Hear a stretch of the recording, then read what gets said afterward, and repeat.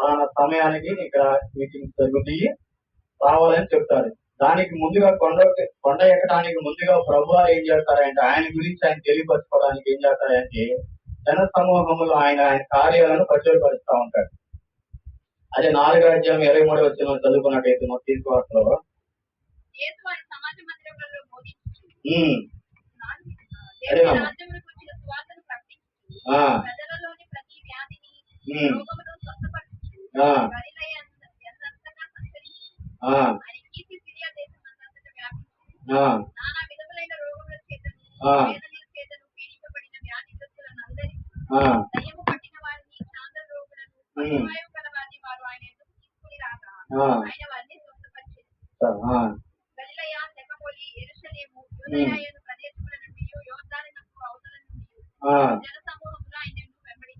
చాలండి. ఇక్కడ ప్రభువారు ఎన్ని కార్యాలు, అద్భుత కార్యాలు, ఆశ్చర్య కార్యాలు జరిగితే గాని వారు ఏం చేశారు? యేసు ప్రభుని వెంబడించి వచ్చారు. మనం కూడా ఒక మీటింగ్ పెట్టాలని చెప్పినట్టుగా ఒక పాంప్లెట్ చేసి, లేకపోతే మనం ఒక బైక్ ని లేకపోతే ఒక ఆటోని క్యాన్వాస్ గా చేసి ప్రచారం చేస్తే గాని మీటింగ్ రారు.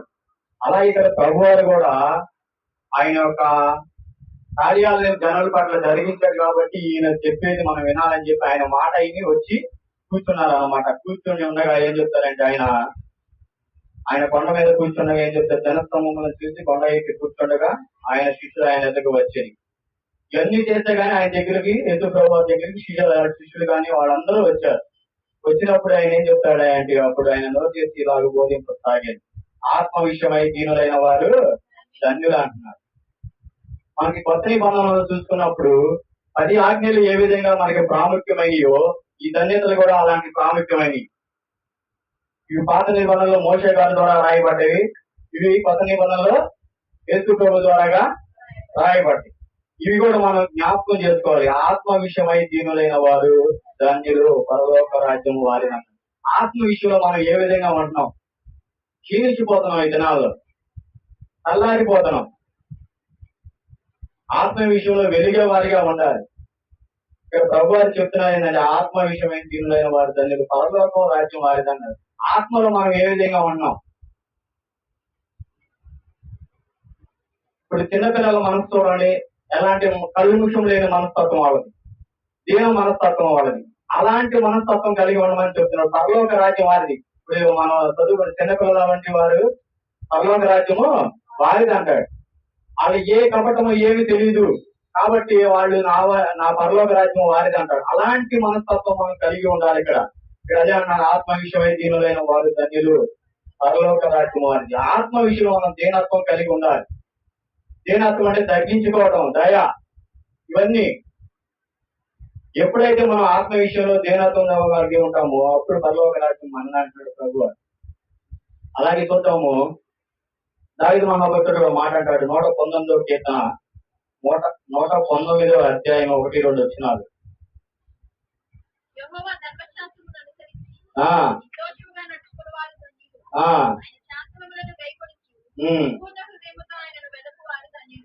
చూడండి, ఆయన శాసనములను అనుసరించు పూర్ణ హృదయముతోనంట. ఈ దినాల్లో మనం ఏ విధంగా ఉంటున్నాం? మన హృదయాలు ఏ విధంగా ఉన్నాయి? దేవుని ఎదుట సరిగా ఉంటున్నాయా లేదా? సరే, దేవుని మందిరంలోకి వచ్చినప్పుడే నువ్వు దీనత్వాన్ని ధరించి ఉంటున్నావా? బయటికి పోయినాక ఎలా ఉంటున్నావు మనం? ఇక్కడ అదే అంటున్నాడు దావీదు మహాభక్తుడు. ఏమంటున్నాడమ్మా? ఇంకోసారి చదువమ్మా. యెహోవా ధర్మశాస్త్రం నిర్దోషముగా నడుచుకుని వారంట. ఏ మనసులో ఎలాంటి కరుణ కుటుంబం లేకుండా, గుళ్ళు కుదత ఇవన్నీ ఏమి లేకుండా నిర్దోషముగా నడుచుకుని వారు ధన్యులు.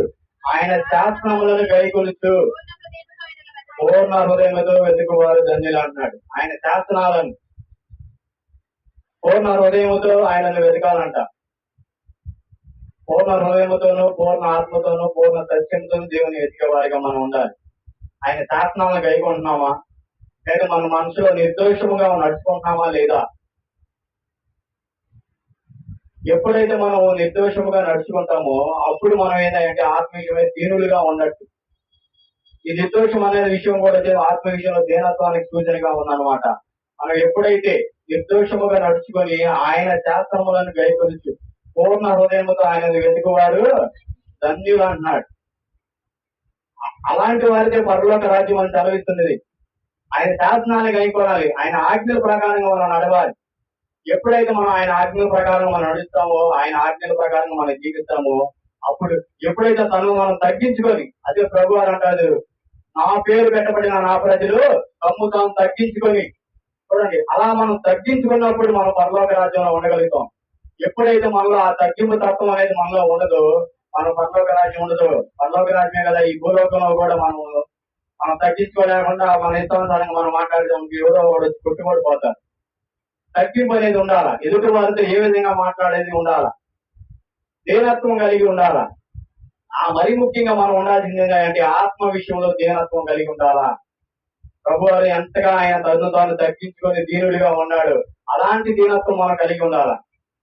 ఇలా ఈ దినాల్లో తగ్గింపు తత్వం మాత్రం మన మనుషులు చిన్న పిల్లలు చదివితేనే చూడండి, ఒక మాటకి 4 మాటలు చదువుతారు. అలాంటి దినాల్లో మనం ఉండవు. ఎప్పుడైతే ఆత్మ విషయంలో దీనత్వం కలిగి మనం ఉంటామో, ఆత్మ విషయమై దీనులైన వారు ధన్యులు అన్నాడు ప్రభు. అలాంటి వారిదే పరలోక రాజ్యం అంటున్నాడు. అదే దావీదు మహాభక్తుడు ఇంకో మాట కూడా అంటాడు, చూద్దాం 128వ అధ్యాయం 1వ వచనంలో, యెహోవా యందు భయభక్తులు కలిగి, చూడండి యెహోవా యందు భయభక్తులు కలిగి ఆయన త్రోవల యందు నడుచువారు ధన్యులు అంటున్నాడు. దేవుని యందు దీనత్వం భయభక్తులు కలిగి ఉన్నామంటే ఆటోమేటిక్ గా మనలో దీనత్వం వచ్చేస్తుంది. దేవుని యందు మనకు భయం లేకపోతే మన ఇష్టానుసారంగా మనం జీవిస్తాం. ఎప్పుడైతే యెహోవా యందు భయభక్తులు కలిగి ఆయన త్రోవ యందు నడుచు వారందరూ ధన్యులు అంటున్నాడు. మనలో ఆ దేవుని భయం అనేది మనలో ఉంటే ఆటోమేటిక్ గా మనకి దీనత్వం వచ్చేస్తుంది. భయం లేకపోతే దీనత్వం ఉండదు. మన ఇష్టానుసారంగా మనం జీవిస్తాం, మన ఇష్టానుసారంగా మనం మాట్లాడతాం. ఎప్పుడైతే ప్రభువారు సైతమే తను తాను తగ్గించుకుని ఏ వ్యక్తులుగా ఉన్నాడు మన కోసం, మనం కూడా ఆ విధంగా మనం తగ్గించుకున్నప్పుడే, దీనత్వం కలిగినప్పుడే మనం పరలోక రాజ్యంలో ప్రవేశిస్తాం. అలా నువ్వు దీనత్వం లేకుండా మన ఇష్టానుసారంగా ఉండి మన ఇష్టానుసారంగా మాట్లాడితే దేవుడు అది క్షమించడు. దేవుడే ఈ లోకానుసారమైన మనుషుల్లో కూడా మనం చాలా మంది అవ్వలేము. ఇప్పుడు మనం వెళ్ళి మన నోటికి వచ్చినట్టు కరబర మాట్లాడితే ఊరుకుంటారా? ఊరుకొని తిరిగి మాట్లాడటం, అవసరమైతే కొట్టడం కూడా చేస్తారు. అలాంటి కాకుండా మనం దేవుని యందు భయభక్తులు కలిగి ఆటోమేటిక్ గా దేవుని యందు భయం వస్తే ఆటోమేటిక్ గా మన దీనత్వం అనేది వస్తుంది అనమాట. అలాగే సామెతల సొలొమోను జ్ఞాని కూడా మాట్లాడుతుంది. త్వరగా ముగిస్తాను, సమయం లేదు కనుక. సామెతల గ్రంథం 8వ అధ్యాయం 32వ వచనం చదవండి.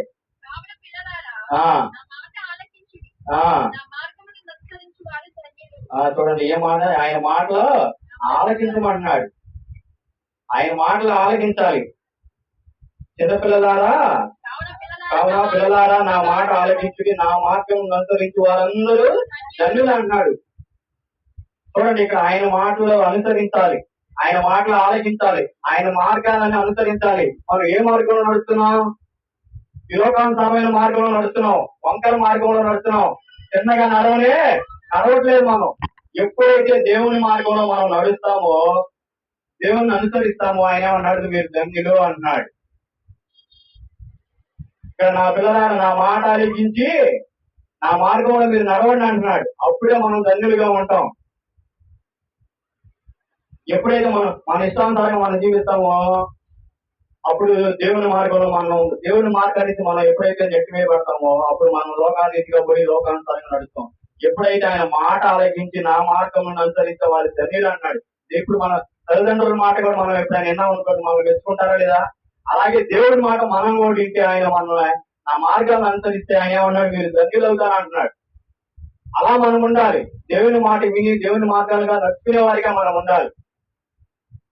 సరిచూతంలో నుండి అదే సామెత గ్రంథము సొలొమోను జ్ఞాన మాటలు 29వ అధ్యాయం 23వ వచనంలో చదవండి. 29వ అధ్యాయం 23వ వచనం. 29వ అధ్యాయం 23వ వచనం కదమ్మా. ఎవరిని గర్వం వారిని తగ్గించును, వినయ మనస్కుడు ఘనత ఉందని అంటున్నాడు. చూడండి, మనం ఎప్పుడైనా గర్వానికి పోయాం అనుకోండి, ఎక్కడ కూడా మనం హెచ్చించబడం. అదే దీన మనసు కలిగి మనం ఉన్నాం అనుకోండి, ఏమవుతుంది? ఇక్కడ ఘనత పొందుతాం అంటున్నారు. సొలొమోను రాసిన మాట ఇది. జ్ఞానవంతుడైన సొలొమోను ఏమంటున్నాడంటే ఎవని గర్వము వానిని తగ్గించేసింది అంతే.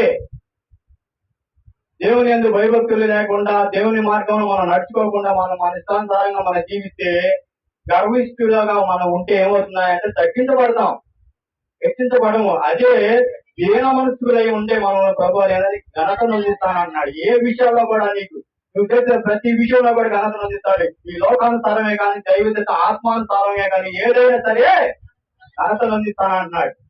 అలా ఆత్మ విషయమై మనం దీన మనసులుగా ఉండాలి, దీనవత్వం కలిగి జీవించాలి. అప్పుడే మన పరలోక రాజ్యం అన్నాడు. ఉదాహరణగా చెప్పిన చిన్న పిల్లల వారు ఎలాంటి కల్మషం లేని మనసు కలిగి ఉంటారు, అలాంటి మనసు మనం కలిగి జీవించాలి. అటువంటి వారిదే పరలోక రాజ్యం అన్నాడు ప్రభు వారు. అలాగే చూద్దాము, ఇంకా యెషయా గ్రంథంలో కూడా మాట అంటాడు. చూద్దాము, యెషయా గ్రంథము 30వ అధ్యాయము 18వ వచనంలో,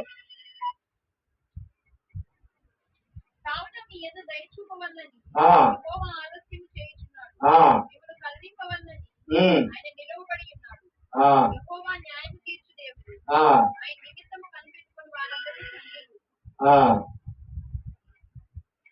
29వ అధ్యాయము 23వ వచనం ఒకసారి చదవమ్మా. సారీ అదేనమ్మా 30 సారీ చెప్పండి.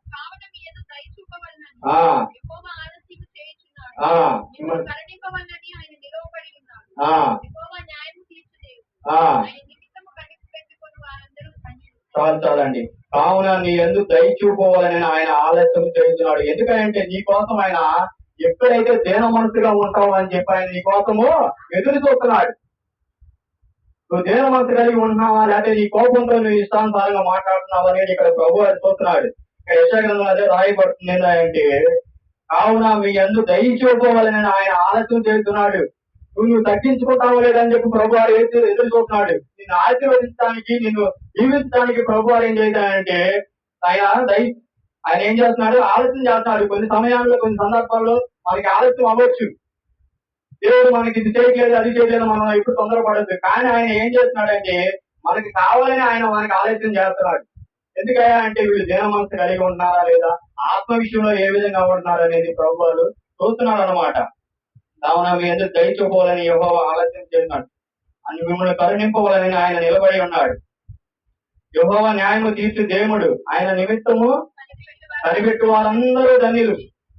చూడండి, ఆయన న్యాయం చేయడానికి మనం సిద్ధంగా ఉన్నాడండి. కానీ మనం ఏం చేయాలి అంటే మనలో ఉన్న ఈ ఆత్మ విషయంలో ఎలా ఉన్నాము, దీనత్వంగా ఉండాలంటే గర్వంతో ఉన్నామా, ఏ విధంగా ఉన్నామని ప్రభు వారు నిలిచి చూస్తున్నాడు అనమాట.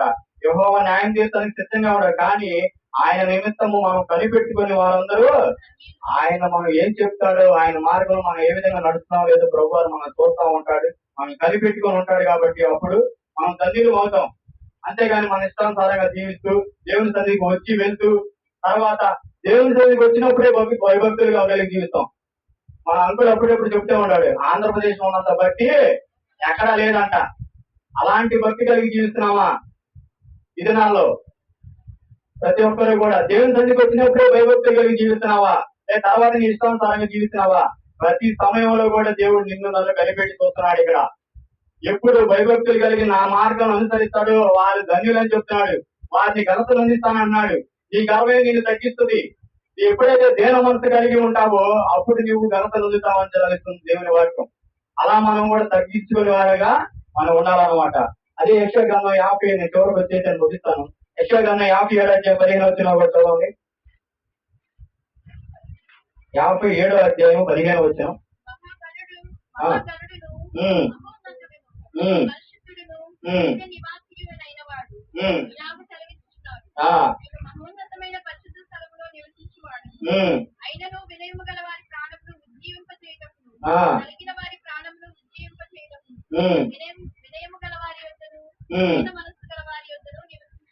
చూడండి, ఆయన మహాగణుడును మహోన్నతులను పరిశుద్ధులను నిత్య నివాసి ఇలాగ సెలవిస్తున్నాడు. నేను మహోన్నతమైన పరిశుద్ధ స్థలంలో నివసించువాడను. ఆయన వినయము గల వారి ప్రాణమును ఉజ్జీవింపజేస్తున్నాడంట. నలిగిన ప్రాణమును ఉజ్జీవింపజేయటకు ఆయన ఏం చేసి దేన మనసుగా వినయము గల వారి యొద్దకు, దేన మనసు గల వారి యొద్దకు ఆయన వస్తున్నాడు, నివసిస్తాడంట. ఎప్పుడైతే దేవుని యందు నువ్వు దేన మనసు కలిగి వినయంతో ఉంటావో అప్పుడు ఆయన దేవుని యొక్క నివసిస్తాడు. అంతేగాని మనలో ఈ గర్వాన్ని పెట్టుకొని మనం ఇష్టానుసారంగా జీవిస్తే దేవుడు దేవుని సన్నిధికి వచ్చి నువ్వు ప్రార్థన చేస్తున్నాను నేను వాక్యం చెప్తున్నానని అనుకుంటే సరికాదు. ఇక్కడ ఎవరైనా అంటే దేన మనసు గలవారి యొక్క దేవుడు నివసిస్తానికి సిద్ధంగా ఉన్నాడు. వినయమ గల వారి కొరకును దేన మనసు గల వారి కొరకు ఆయన నిలిచి ఉన్నాడంట. ఎప్పుడైతే అలాంటి మనస్సుతో మనం నిలిచి ఉంటామో దేవుడు నీ యందు ఆయన నిలిచి ఉండేలాగా మనం ఏం చేయాలంటే దేన మనస్సు కలిగి జీవించాలి, అలా తగ్గించుకోవాలి. నాకు చెప్పిన చిన్న పిల్లలు ఎలాంటి స్వభావం కలిగి ఉంటారో, ఎలాంటి కలుముషం లేకుండా ఉంటారో అలాంటి కలుముషం లేకుండా మనం జీవించాలి. మనం ఎదిగే కొంచెం అంచెలంచెలుగా మనలో అన్ని ఎదిగవుతూ ఉంటాయి, అవి అన్ని తీసేసుకోవాలి. ఉదాహరణకి పెద్దవాళ్ళు అవుతున్నప్పటికీ చాలా పెరిగిపోయి వాళ్ళ పిల్లలా ప్రవర్తిస్తున్నారంటారు. పెద్దవాళ్ళని ఏమనుకుంటారు, వాళ్ళు పదే పదే చెప్తుంటే చాలా పెరిగిపోయి చిన్నపిల్లలా ప్రవర్తిస్తున్నారంటారు. ఇక్కడ మనం ఏం చేయాలంటే అలాంటి మనసు కలిగి జీవించాలి, యథార్థమైన మనసు కలిగి జీవించాలి, ఆయన మార్గంలో నడుచుకునే వారిగా ఉండాలన్నది. మరి ముఖ్యంగా ఏంటంటే దేన మనసు కలిగి జీవించిన వారు ధన్యులు, పరలోక రాజ్యము వారిదా అన్నాడు. చివరిగా నేను విలాప వాటిలో ఒక మాట నేను ముగిచేస్తాను. మేకా గ్రంథము 6వ అధ్యాయం 8వ వచనము. మేకా గ్రంథము 6వ అధ్యాయం 8వ వచనము.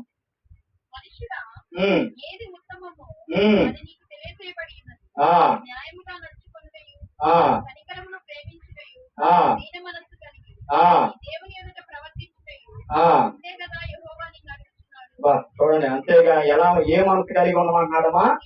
దేన మనసు కలిగి ఉండమన్నాడు. ఇంతేగా ప్రభు నేను అడుగుతుంది. ఆ ఎద్దకు వచ్చి మీరు దేన మనసులే ఉండమనే చెప్తుంది, వినేవ గలవారే కదా ఉండమని చెప్తుంది ప్రభు వారు. కానీ మనం ఎందుకని గది విషయంలో మనమే తగ్గించుకుంటాం? ప్రభు వారు అడుగుతున్నాడు, అమ్మా దేన మనసు కలిగి ఉండండి అని. నువ్వు ఉంటావా లేదా? అదే మత్తయి 5:3 ఒకసారి చదవండి, నేను ముగిస్తాను. ఇందాక చదువుకున్నాయి.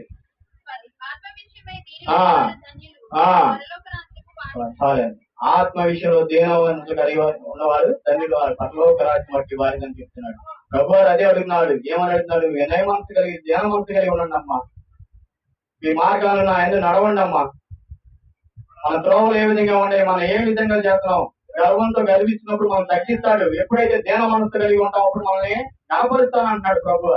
ఈ ఉదయకాల సమయంలో ఏదైనా వాక్య ప్రకారం ప్రతి ఒక్కరు కూడా మనసులో ప్రార్థన చేసుకోండి. నా మాటలు నేను ముగిస్తున్నాను. ప్రభు ఏమడుగుతున్నాడు? దేన మనసు కలిగి ఉండమని అడుగుతున్నాడు. వినయము కలిగి ఉండమని చెప్తున్నారు. అలా వినయము కలిగి దేన మనసు కలిగి ఉండవాలంటే పరలోక రాజ్యం కలిగిస్తుంది. ఈ ఉదయకాల సమయంలో ప్రతి ఒక్కరు కూడా ప్రార్థన చేసుకున్నాం. నిన్న వాక్య ప్రకారంగా ప్రార్థన చేసుకున్నాం.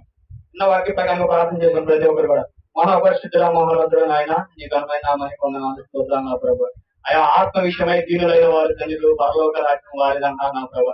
అయ్యా నేను లోకానుసారంగా నా ఇష్టానుసారంగా జీవిస్తున్నాను కానీ నా ప్రభా, ఆత్మ విషయంలో నేను ఏ విధంగా జీవిస్తున్నాను నా ప్రభా.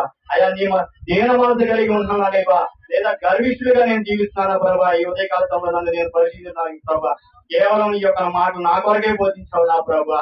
అయ్యా నేను నా ప్రభా ఆత్మ విషయంలో ఎదగట్లేదంటే నా ప్రభా నాలో తగ్గింపు స్వభావం లేదు నా ప్రభా. అయ్యా వినయ మనసు లేదు నా ప్రభా. ఎప్పుడైతే నా ప్రభా తను తను తగ్గించుకుంటారో వారు నా ప్రభా తను తను తగ్గించుకున్న ప్రజలు ఏమన్నారు? నా పేరు పెట్ట నా ప్రజలు తను తాను తగ్గించుకున్నప్పుడు వారు పరలోక రాజ్యం వారిని అన్నాడు కదా నా ప్రభా. అయ్యా నేను తను తగ్గించుకునే వారిగా ఉంటే వాళ్ళ సహాయం దయచేయమని అడుగుతున్నా నా ప్రభా. అయ్యా ఇకనైనా నా ప్రభా నాలో ఉన్న గర్వాన్ని తీసివేసుకుని నా ప్రభా ఈ పరలోక రాజ్యంలో చేరడానికి నేను అయ్యా ఉండడానికి నాకు సహాయం దయచేయమని ఈ విన్న వాక్య ప్రకారంగా ప్రతి ఒక్కరు నా ప్రభు హృదయంలో భద్రపరుచుకుని ఆయన వాక్యానుసారంగా చెప్పబడిన ప్రతి ఒక్కరికి దయచేయమని ఈ యొక్క ప్రార్థన మీ ప్రార్థనకి చేర్చుకోమని యేసు క్రీస్తు పరిశుద్ధ నామములో ప్రార్థించి అడిగి పెట్టుకుంటున్నాను తండ్రి. ఆమేన్ ఆమేన్. మంచిది కదా. రెండో వర్తమానంగా మన మధ్యలో వెళ్ళి నేర్చుకుంటున్నారు. వర్తమానం ఒక 5 నిమిషాలు ఆలోచన క్షమించండి.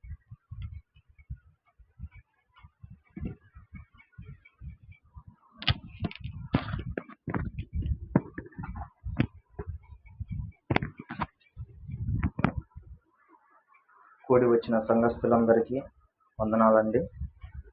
అలానే ఇక్కడ ఉన్న తల్లులందరికీ హ్యాపీ మదర్స్ డే. ఈరోజు చివరిదైన ఆత్మఫలం గురించి మనం చూసుకుందాము. ఏంటిదండి చివరి ఆత్మఫలము? ఆశ నిగ్రహము. ఇప్పటి వరకు 8 ఆత్మఫలాలని మనం చూసుకున్నాము. ఈరోజు చివరిది మనం చూసుకున్నాము. చివరిది చెప్తున్నాను గనక ఒక 5 నిమిషాలు అటు ఇటు అయినా మీరు నన్ను క్షమించాలి. ఓకే, చివరి ఆత్మఫలాన్ని చూసుకుందామండి. ఆశ నిగ్రహము. ఆశ నిగ్రహం అంటే ఏం చేయాలంట? మనం ఇక్కడ క్లియర్గా ఆ పదంలోనే చెప్పబడింది. ఏం చేయాలి? ఆశలను నిగ్రహించుకోవాలి. ఆశ అంటే ఏమిటి? కోరికలే. ఆశ అంటే కోరికలు. మానవులమైన మనకు ఎన్నో కోరికలు ఉంటాయి, ఎన్నో ఆశలు ఉంటాయి. ఆశలు ఉండకుండా ఏ మానవుడు ఉండలేరు. ఏదో ఒక చిన్న ఆశ ఉండొచ్చు, పెద్ద ఆశ ఉండొచ్చు, చెడు ఆశలు ఉండొచ్చు, మంచి ఆశలు ఉండొచ్చు. చాలా రకాలైన ఆశలు ఉంటాయి. అయితే ఆ ఆశల్ని ఎలాగా మనం నిగ్రహించుకోవాలి? ఆశలు నిగ్రహించుకుంటే ఆశ నిగ్రహం అనే ఆత్మ ఫలాన్ని ఫలించిన బిడ్డలుగా మనము ఉంటాము. ఈరోజు ఆ యొక్క ఆశ నిగ్రహం అనే దాని గురించి మనం చూసుకుందాం. చూడండి, సామెతలు 25వ అధ్యాయము 28వ వచనంలో చెప్పబడి ఉంటది. చదవండి. ప్రాకారము లేక పాడైన పురము ఎంతో, తన మనస్సును అణుచుకొనలేని వాడు అంతే. ప్రాకారము లేక పాడైన పురము. ఒక పురానికి లేదా ఒక ఇంటికి ప్రాకారం లేకపోతే ఏమైంది? ఆ ఇంటిని దొంగలు దోచుకుంటారు. లేదా ఒక పట్టణానికి ప్రాకారం లేకపోతే ఏమైంది? పొరుగు రాజులు వచ్చి ఆ యొక్క పొరుగు శత్రువులు వచ్చి ఆ యొక్క రాజ్యాన్ని ఆక్రమించుకుంటారు. అయితే ఇక్కడ మనసుకు కూడా ప్రాకారం ఉండాలంట. ఎందుకు ఇక్కడ మనసు గురించి చెప్తున్నానంటే, ఆశలు కోరికలు అనేది మనసు నుంచే మనకి వస్తాయి. ఈ యొక్క మనసు అనేది, ఈ మనసులో నుంచి ఇవన్నీ ఉద్భవిస్తాయి. మనకి ఒకటి మనం చూస్తాము, మన యొక్క ఇంద్రియాలు అంటారు, తెలుసు కదా? పంచేంద్రియాలు ఏమిటవి? కళ్ళు, ముక్కు, నోరు, చెవులు, చర్మం, ఇవన్నీ పంచేంద్రియాలు.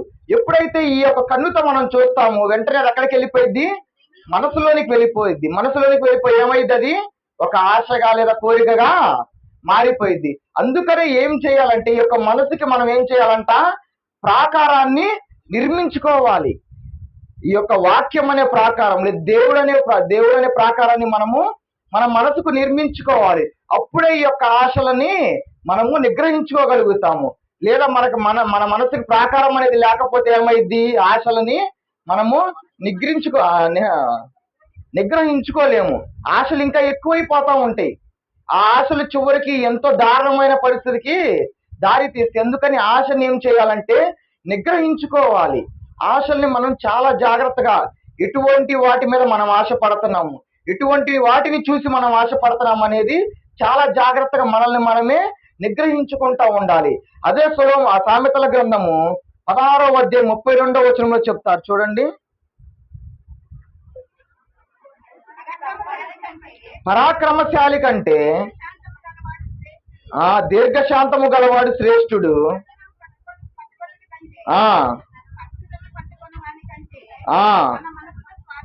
తన మనస్సును స్వాధీనపరుచుకునేవాడు శ్రేష్ఠుడు. ఎవరంట శ్రేష్ఠుడు? బాగా అందంగా ఉన్న వాళ్ళు శ్రేష్ఠుడా, లేదా పరాక్రమం గల వాళ్ళు శ్రేష్ఠులా? ఎవరు శ్రేష్ఠుడు అన్నారు? తన మనస్సుని స్వాధీనపరుచుకునేవాడు శ్రేష్ఠుడు అంట. తన మనసును స్వాధీనపరుచుకుంటే ఏమైద్ది? ఆశ అనే వాటి మీద నిగ్రహాన్ని ఉంచుకోగలుగుతాము. ఆ కోరికల మీద నిగ్రహాన్ని మనము ఉంచుకోగలుగుతాం. అప్పుడు మనం ఏమవుతాము? శ్రేష్ఠులం అవుతాము. మనకున్న అందాన్ని బట్టి కానీ, లేదా మనకున్న ధనాన్ని బట్టి కానీ, మనకున్న బలాన్ని బట్టి కానీ మనం శ్రేష్ఠులం అవ్వము. దేన్ని బట్టి మనం శ్రేష్ఠులం అవుతాము? ఆ మనస్సును ఎప్పుడైతే మనం స్వాధీనపరచుకోగలుగుతామో అప్పుడు మనము శ్రేష్ఠులం అవుతాము. 2వ తిమోతికి రాసిన పత్రిక 1వ అధ్యాయము 7వ వచనంలో ఏం చెప్పబడి ఉంటదంటే, స్పీడ్ గా తీయండి. 1వ అధ్యాయము 7వ వచనము, దేవుడు మనకు శక్తియు ప్రేమయు ఇంద్రియ నిగ్రహము గల ఆత్మనే ఇచ్చాను. ఎటువంటి ఆత్మని ఇచ్చాడంటే దేవుడు మనకి, మనం అనుకుంటాము మనుషులం కదా, మనం మన కంట్రోల్లో ఉండము, మన ఆశలు కానీ ఏదైనా కానీ మన కంట్రోల్లో ఉండదని మనం అనుకుంటాము. కానీ దేవుడు మొదటిగా మనకేమి ఇచ్చాడంట? ఇంద్రియ నిగ్రహము గల ఆత్మని, ఆ మనసునే ఇచ్చాడంట. ఇంద్రియ నిగ్రహం గల ఆత్మనే దేవుడు మనకి ఇచ్చాడంట. కానీ మనమే ఏం చేస్తున్నాము? మనంతటిగా మనమే చెడిపోతున్నాము. దేవుడు మొదటగా మనల్ని మంచిగానే ఏర్పరిచాడు. మంచి ఆత్మనే, మన ఇంద్రియాలని మన యొక్క ఇంద్రియాల్ని మన కంట్రోల్లో పెట్టుకుని ఆత్మనే మనకి ఇచ్చాడు, కానీ మనమే మన యొక్క శరీరాన్ని సాతానికి అప్పగించుకొని వాటి మీద కంట్రోల్ని పోగొట్టుకున్నాము. కాబట్టి మనం ఏం చేయాలంటే ఈ దినాన మళ్ళీ తిరిగి ఆ యొక్క ఆత్మని మన కంట్రోల్లోకి తెచ్చుకోవాలి. దేవుడు ఎటువంటి ఆత్మను మనకిచ్చాడు? ఇంద్రియ నిగ్రహం గల ఆత్మనే మనకిచ్చాడు. అటువంటి ఆత్మని మళ్ళీ తిరిగి మన కంట్రోల్లోకి తీసుకొని రావాలి. అప్పుడు ఈ యొక్క ఆశల మీద మనము నిగ్రహం పొందుకోగలము, లేదా కోరికల మీద మనము నిగ్రహం పొందుకోగలము. మనం బైబిల్లో చూసుకున్నట్లయితే ఎంతో మంది తమ ఆశల్ని నిగ్రహించుకోలేక శపింపబడిన వారయ్యారు, లేదా దేవుని యొక్క ఆత్మను కోల్పోయారు. సంసోన్ని మనం చూసుకున్నట్లయితే తెలిసే సంసోన్ అందరికీ. సంసోన్ ఎంతటి బలాఢ్యుడు, తను చాలా బలాఢ్యుడు. అటువంటి సంసోను తన ఆశని నిగ్రహించుకోలేక ఎవరి వలలో పడిపోయాడు? దెలీలా వలలో పడిపోయి తనకున్న శక్తిని మొత్తం పోగొట్టుకున్నాడు. దేవుడు తనకి ఎంతో గొప్ప శక్తిని ఇచ్చాడండి. సంసోన్ అంటే ఏం పేరు? సంసోన్ అంటే బలాఢ్యుడు.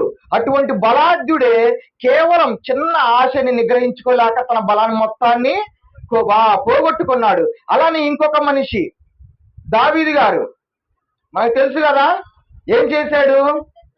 బెత్షెబాని చూసి ఆశ నిగ్రహించుకున్నాడా? నిగ్రహించుకోలేదు. తనకు పిలిపించుకొని పాపం చేశాడు. కాబట్టి ఏమైంది? తను పిలిపించి ఆశ నిగ్రహించుకోలేకపోయేసరికి ఏమైంది? తన యొక్క బిడ్డ మొత్తబడ్డాడు, చనిపోయాడు. ఏంటంటే ఆశని చాలా నిగ్రహించుకోవాలండి. ఇప్పుడు మనం చూస్తూ ఉంటాం, రోడ్డు మీద వెళ్తా ఉంటాం, ఎవరన్నా అందమైన అమ్మాయి కనపడితే ఏమనుకుంటాం? మనము అబ్బా ఎంత బాగుంది ఆ ఫిగర్ అనుకుంటాం, అవునా కాదా? ఆ యొక్క దాన్ని మనము నిగ్రహించుకోవాలి. ఆ ఫిగర్ ఏం చేసిద్ది? మంచిగా మందంతో మేకప్ కొట్టుకొని వెళ్ళిద్ది. బాగా తెల్లగా కనపడుతున్నారు కొని మనం ఏం చేస్తాము? ఈజీగా అట్రాక్ట్ అయిపోతాం కదా, ఈజీగా అట్రాక్ట్ అయిపోతాం. కాబట్టి మనం ఏం చేయాలి? ఆశను నిగ్రహించుకోవాలి. సంసోను ఎంత బలాఢ్యుడో మనకందరికి తెలుసు శరీర పరంగా. కానీ ఒక మనిషిని చూసి, ఒక ఆడ మనిషిని చూసి ఏమైంది? తన ఆశను నిగ్రహించుకోలేకపోయాడు. దానివల్ల తన యొక్క బలాన్ని కోల్పోయాడు. అలాగే మనం ఏం చేయాలంటే ఆ యొక్క ఆశల్లో పడిపోయే వారిలాగా మనం ఉండకూడదు. ఎవరో వలలో పడిపోయే వారిలాగా మనం ఉండకూడదు. ఇక్కడ మనం చూసుకుంటే సంసోను ఆమె వల్ల పడిపోయాడు. అయితే ఆడవాళ్ళు ఏం చేస్తారు? మగవారిని అట్రాక్ట్ చేస్తారు. కొన్ని విషయాల్లో రివర్స్ అయింది. ఈ ఆడవాళ్ళు ఏం చేస్తారు? బాగా మంచి లాక్మీ మేకప్ లేదా ఇంకా ఫియామా ఏ ఉంటాయి, ఆ మేకప్లు వాడి మగవాళ్ళని అట్రాక్ట్ చేద్దాం అనే విధానంలో ఉంటారు. అది ఏమైందంటే చివరికి వారికి కూడా హానికరం అయింది. దీనాన్ని చూసారా? ఏమైంది? దీనా విషయంలో ఏమైందో తెలుసా? ఆదికాండము 34వ అధ్యాయం చూడండి.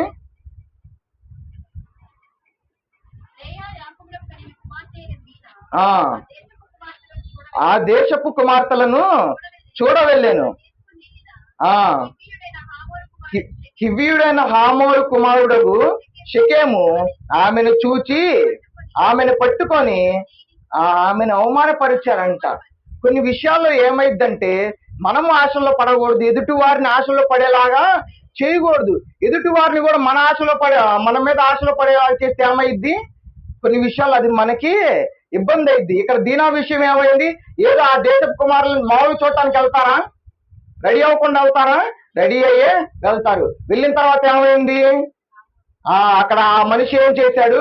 తనని చూసి మోహించి తనతో పాటు చేయించి తనని అవమానపరిచాడు. మనల్ని ఏం చేయాలంటే మనము ఆశపడకూడదు, ఎదుటి వారు మన మీద ఆశపడాలనే ఒక దృక్పథాన్ని కూడా మనము తీసివేసుకోవాలి మన మనసులో నుంచి. ఈ యొక్క ఆశా నిగ్రహం అనేది ప్రతి ఒక్కరిలో ఖచ్చితంగా ఉండాలి. ప్రతి ఒక్కరిలో లేకపోతే అది చాలా ఇబ్బందికరంగా మారిద్ది.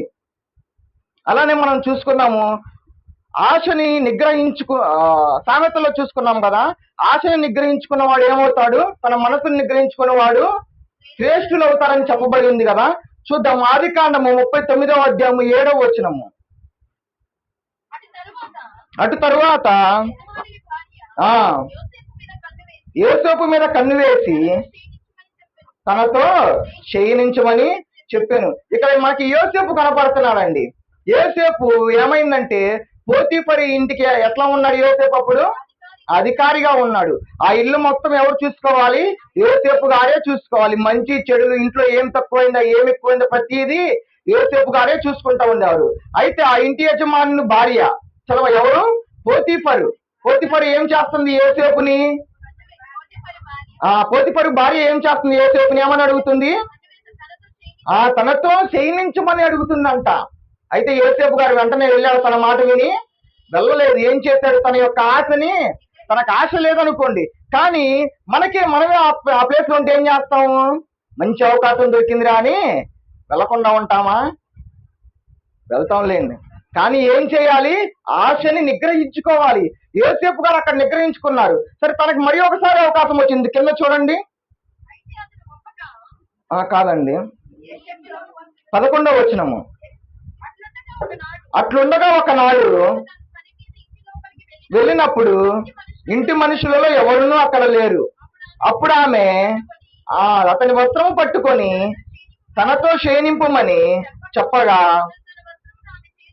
మరి రెండోసారి కూడా అడుగుతుందండి. ఆ ఇంట్లో ఎవరు లేరంట, ఇల్లు ఖాళీగా ఉందంట. అయితే యోసేపుకు ఒక పని పడి ఇంట్లోకి వెళ్తే ఏమంటుంది? యోసేపుని పట్టుకొని నాతో శయనించమని అక్కడ అడుగుతుంది. ఇప్పుడు మళ్ళీ యోసేపు అక్కడ లొంగిపోయాడా? తనకి లొంగిపోలేదు. ఏం చేశాడు? అక్కడి నుంచి పారిపోయాడు. ఆ విధంగా మనం ఉండాలి. మన ఆశల నుంచి, ఈ లోకాశల నుంచి మనం పారిపోయే వారిలాగా ఉండాలి. ఇందాక ఏం చెప్పుకున్నామండి?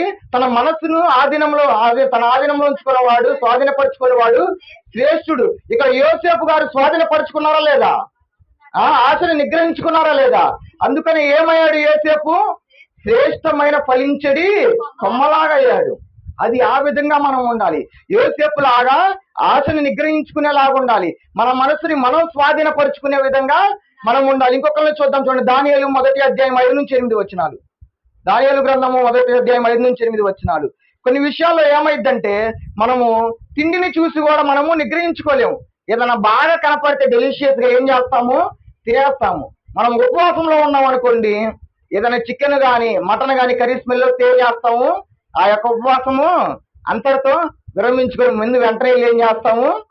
అవి తింటాము కదా. చూడండి, దానియేలు అక్కడ చదవండి త్వరగా.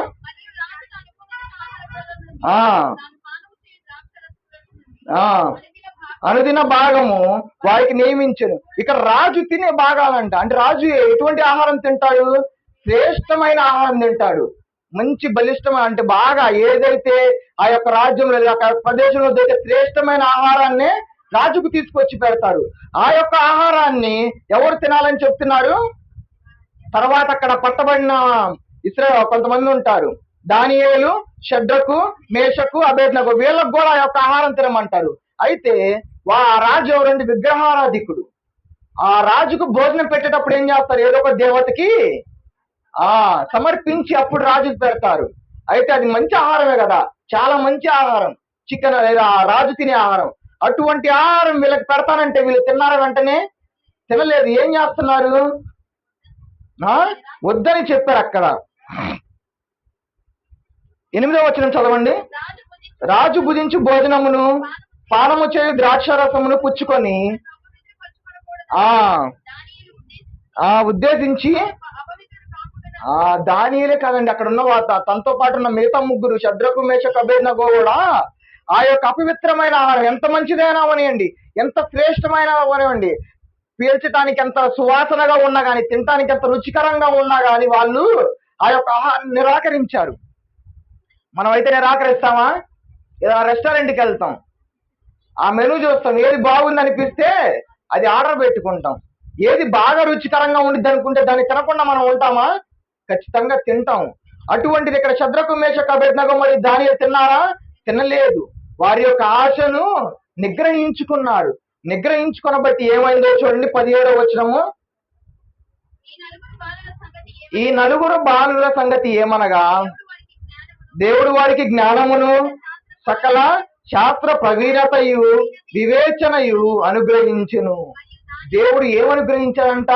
వీరికి ఆ జ్ఞానాన్ని, సకల శాస్త్ర ప్రవీణత, వివేచన అనుగ్రహించాడంటండి.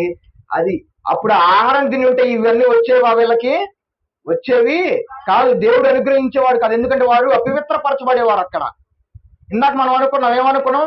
ఆశను నిగ్రహించుకున్న వారు శ్రేష్ఠులు, ఇక్కడ శ్రేష్ఠులు అయ్యారా లేదా చూడండి. తర్వాత కూడా ఉంటది 20వ వచనము.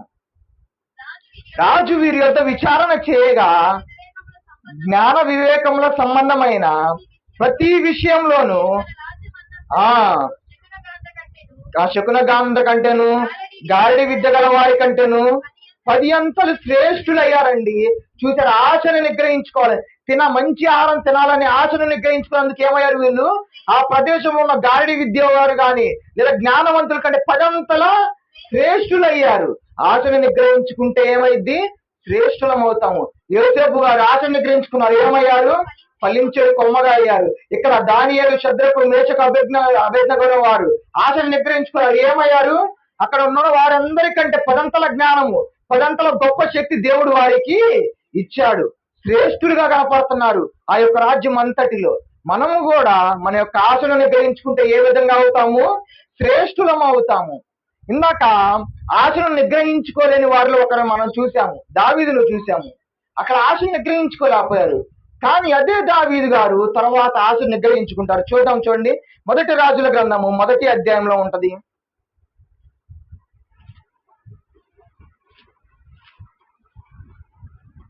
1వ వచనం చదవండి త్వరగా. రాజైన దావీదు బహువృద్ధుడు కాగా సేవకులు అతనికి ఎన్ని బట్టలు కప్పినను అతనికి వెట్ట కలుగకై ఉండెను. కాబట్టి వారు, మా ఏలిన వాడవును రాజునగు నీ కొరకు తగిన చిన్నదాని వేడుకుట మంచిది. ఆమె రాజైన నీ సముఖం నుండి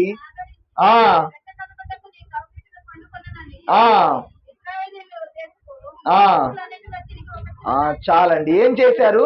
రాజైన దావీదు బాగా ముసలివాడైపోయినప్పుడు చలి ఆగట్లేదంట. చలి ఆగనప్పుడు, ఇన్ని దుప్పట్లు కప్పినా చలి ఆగనప్పుడు వాళ్ళు ఏం చేశారంటే ఒక అందమైన ఒక ఆమెను చిన్న పిల్లని తీసుకొని వచ్చారంట. ఆమె వల్ల అయినా తను కొద్దిగా చలి ఆగిద్దేమోనని. అయితే రాజుగా అక్కడ దావీదు తనతో వెళ్ళి ఆ యొక్క చిన్నదాన్ని అంగీకరించారా? అంగీకరించలేదు.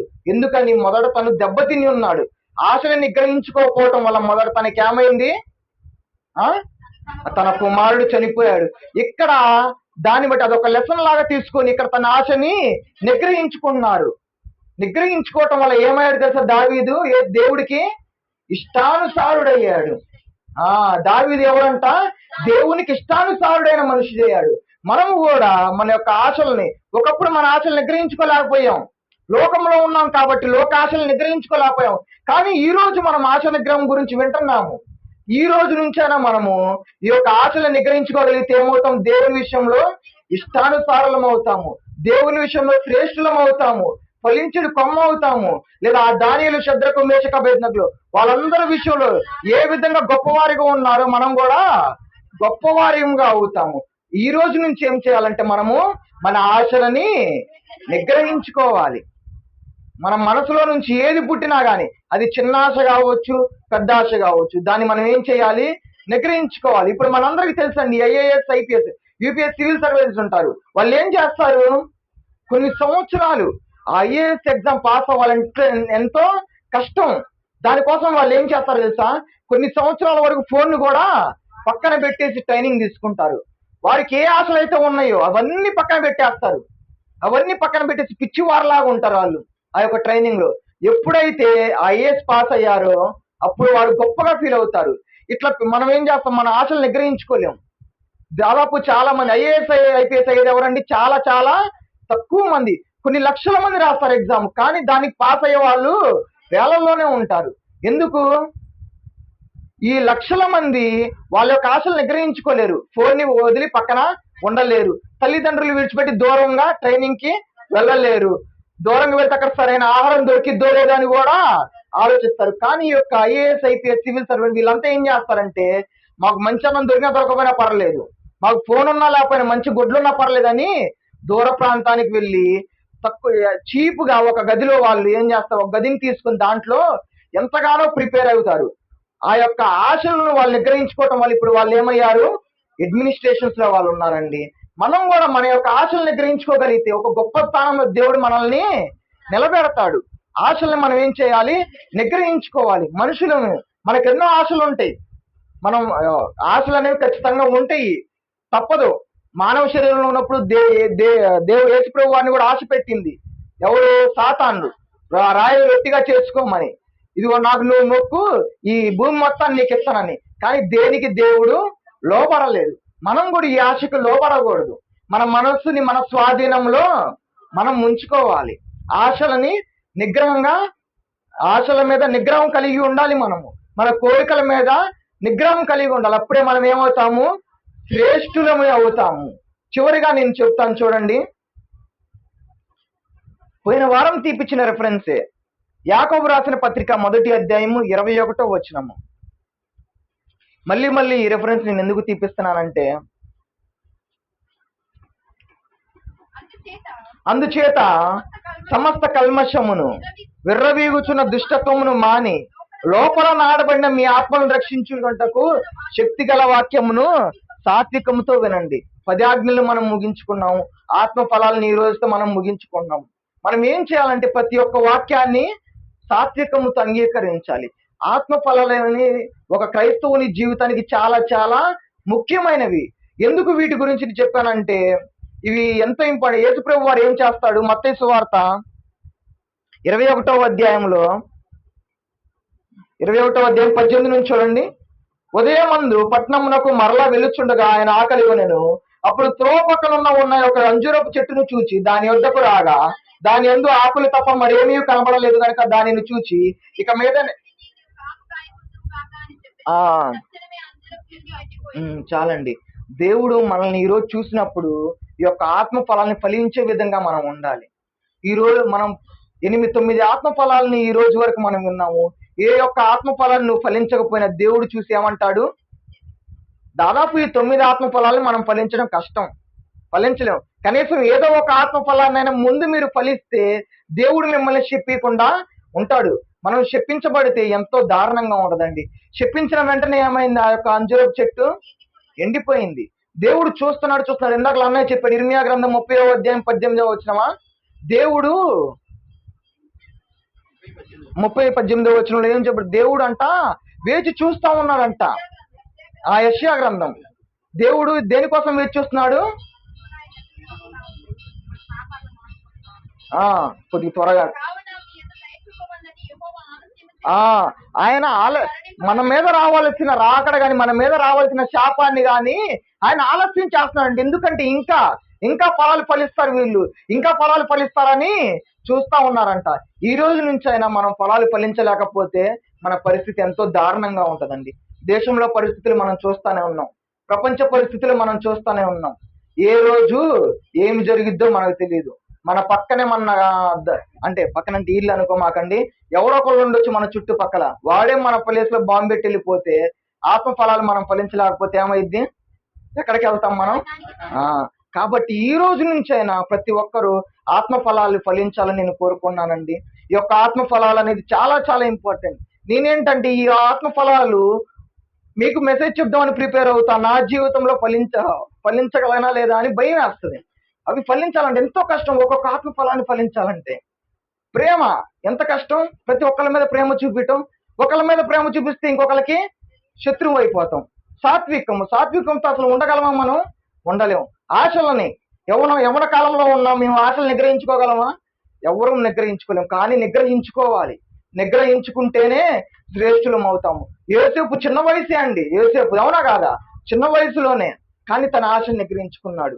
శద్రకు మేషకు అబేద్నెగో వాళ్ళు పిల్లలే, కానీ వాళ్ళు ఆశలు నిగ్రహించుకున్నారు. కాబట్టి యవ్వనస్తులు మరియు పెద్దవారు కూడా ఆశలు నిగ్రహించుకొని ఈ యొక్క ఆశ నిగ్రహం అనే ఆత్మ ఫలాన్ని ఫలించాలని కోరుకుంటూ నా యొక్క వాక్యాన్ని ముగిస్తున్నానండి. కళ్ళు మూసుకుని ప్రార్థన చేసుకుందాం. పరిశుద్ధుడా, ప్రేమ గల తండ్రి, మీకు వేలాది వందనాలు ప్రభువా. ఈ రోజు చివరిదైన ఆత్మఫలం ఆశ నిగ్రహం గురించి మేము తెలుసుకున్నాం తండ్రి. ఇదిగో ప్రభువా, మానవులమైన మాకు ఎన్నో ఆశలు ఉంటాయి ప్రభువా, కానీ ఆశల నుంచి ప్రభువా మేము బయట పడలేకపోతున్నాం ప్రభువా. మమ్మల్ని క్షమించండి ప్రభువా. ఏ విధంగానైనా ప్రభువా ఈ యొక్క ఆశల నుంచి ప్రభువా, ఈ యొక్క ఆశల నుంచి మేము ఈ యొక్క ఆశల మీద జయాన్ని అవును ప్రభువా, ఈ యొక్క ఆశలు నిగ్రహించుకునే వారిగా మేము ఉండాలి ప్రభువా. ఇదిగో ప్రభువా, మానవ శరీరంతో ఉన్న మేము ఆశలు నిగ్రహించుకోవాలంటే ఎంతో కష్టం ప్రభువా. కానీ ప్రభువా, మీరు మాకు తండ్రి యేసయ్యా ఆత్మలను నిగ్రహించుకోగల శక్తిని మాకు ఇచ్చారు ప్రభా. ముందే మీరు మాకు ఇచ్చారు ప్రభా. కానీ మేము మా యొక్క ఆత్మని పోగొట్టుకున్నాం ప్రభువా. ఈ దినానైనా ప్రభువా మేము మా యొక్క ఆత్మని ప్రభువా మా యొక్క మనసుని స్వాధీనపరుచుకునేలాగా చేయండి ప్రభువా. తమ మనసును స్వాధీనపరుచుకుని వారు శ్రేష్ఠులు అన్నారు ప్రభువా. మేము కూడా ఈ దినాల నుంచి మా యొక్క మనసును స్వాధీనపరుచుకొని మేము కూడా శ్రేష్ఠులుగా ఉండేలాగా చేయండి ప్రభువా. మా యొక్క ఆశను నిగ్రహించుకొని ఈ యొక్క ఆశ నిగ్రహం అనే ఆత్మ ఫలాన్ని ప్రభావ మా జీవితంలో ఫలించే బిడ్డలుగా మమ్మల్ని చేయమని, ఈ యొక్క 9 ఆత్మ ఫలాల్ని ప్రభావ మేము ఫలించే బిడ్డలుగా చేయమని, ఈ యొక్క ప్రార్థన మీ పాదాల సన్నిధిని చేర్చుకోమని నజరేయుడైన యేసుక్రీస్తు వారి పేరట అడిగి వేడుకొని ప్రార్థిస్తున్నాం తండ్రి. ఆమేన్. అందరికి వందనాలండి. దయచేసి నన్ను క్షమించండి. చివరి ఆత్మ ఫలం కనుక ఇంతసేపు పొడిగించాల్సి వచ్చింది. మంచిది కదా. వర్తమానం అందించిన లేని గారికి వందనాలు తెలియజేసుకుంటున్నాను. ఆత్మ ఫలాల్లో చివరిగా ఏం చెప్పారు? ఆశా నిగ్రహం. ఆశా నిగ్రహం చాలా విలువైనది. దేని నుంచి మొదలవుతుంది? తీట దగ్గర నుంచి మొదలవి ఏది ఎంతవరకు వెళ్ళింది? వెండి బంగారాలు అన్నిటి మీద కూడా మన ఆశా నిగ్రహం, అన్నిటి మీద కూడా మనం దేవుడు ఏం చేయాలంటే నిగ్రహంగా ఉండాలి. మనకి దేవుడు ఏది అనుగ్రహిస్తాడో ఆయనకి తెలుసు. మనకి ఏది ఇవ్వాలో దేవుడికి తెలుసు. మనం పూర్తిగా ఏం చేయాలని దేవుడి మీద అనుకొని దేవుడి మీద మన దేవుడి సన్నిధిలో అడిగితే మనకి పూర్తిది దయచేస్తాడు. ప్రతిదీ కూడా మొట్టమొదటిగా మనం ఏం చేయాలి అంటే నిగ్రహం, ఆశ నిగ్రహం. ప్రతి ఒక్కరు కూడా ఈ ఆత్మ ఫలాలు ఫలించే వారిగా ఉండాలని కోరుకుంటున్నాను. అలాగే మన మధ్యలో దావిదాన్న గారు ఉన్నారు, వారితో మనం అందిస్తారు.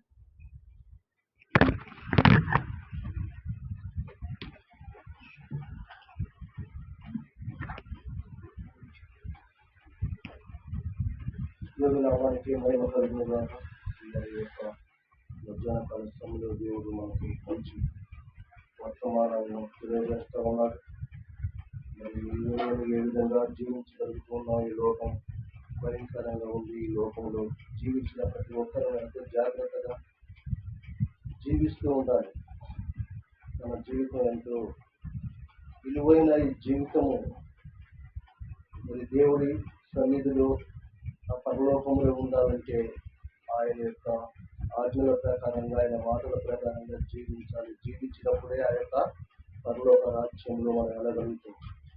విలువైనటువంటి స్వచ్ఛమైన మాటలు మనం వింటూ ఉన్నామో, ఎలా జీవించగలుగుతూ ఉన్నామో మనం పరిశీలన చేసుకోవాలి. అలాగే బోధిస్తున్నటువంటి మేమైనా కూడా బోధించడం కాదు కానీ ఆచరించడమేమో చాలా ముఖ్యం. ఎలాగా ఆచరించగలుగుతున్నాం, ఎలాగా ఉండగలుగుతున్నాం, ఎలాగా చెప్పగలుగుతున్నాం, ఎలా మాట్లాడగలుగుతున్నాం, ఏ విధంగా మేము ఉంటున్నాం అనేది ప్రశ్న తీసుకుంటూ మేము జాగ్రత్తగా జీవిస్తూ మీకు బోధించే వారిగా మేము ఉండాలని దేవునికి తల్లి అలాంటి శక్తిని, అలాంటి బలం, అలాంటి జ్ఞానము కావాలి. ఎందుకంటే దేవుడిని కలిగి ఉన్న మనము ఎంతో జాగ్రత్తగా భక్తి చేయాలి, విశ్వాసంలో వెలుగుతూ ఉండాలి. అలాంటి కృప దేవుడు మనందరికీ ఇచ్చాడని బట్టి దేవుడికి వందనాలు. ఇలా ప్రార్థన చేసుకునే వాటికి భగవద్కి వెళ్దాం. నన్ను వచ్చి కరుణించుకోండి. పరిశుద్ధుడా, మహోన్నతుడా, నాయనా నీ ఘనమైన చేసుకునే నామాన్ని వచ్చి ప్రభువా, నాతోటి దాసులు మాట్లాడారు. నా ప్రభువా, నా తండ్రి మంచి జ్ఞానమైనటువంటి మాటలు ఇచ్చారు. అలాగే ప్రభువా, నా తండ్రి పాలన కూడా పరిశుభ్రాలు ఇలా కావాల్సినటువంటి మంచి ఆజ్ఞాన్ని మంచి విశ్రమించిన నా దేవుడు నామాన్ని ప్రార్థించాను తండ్రి. ఆమె యోహాను సువార్త చూడండి. యోహాను సువార్త 10వ అధ్యాయము, యోహాను సువార్త 10వ అధ్యాయము 10, 11, 12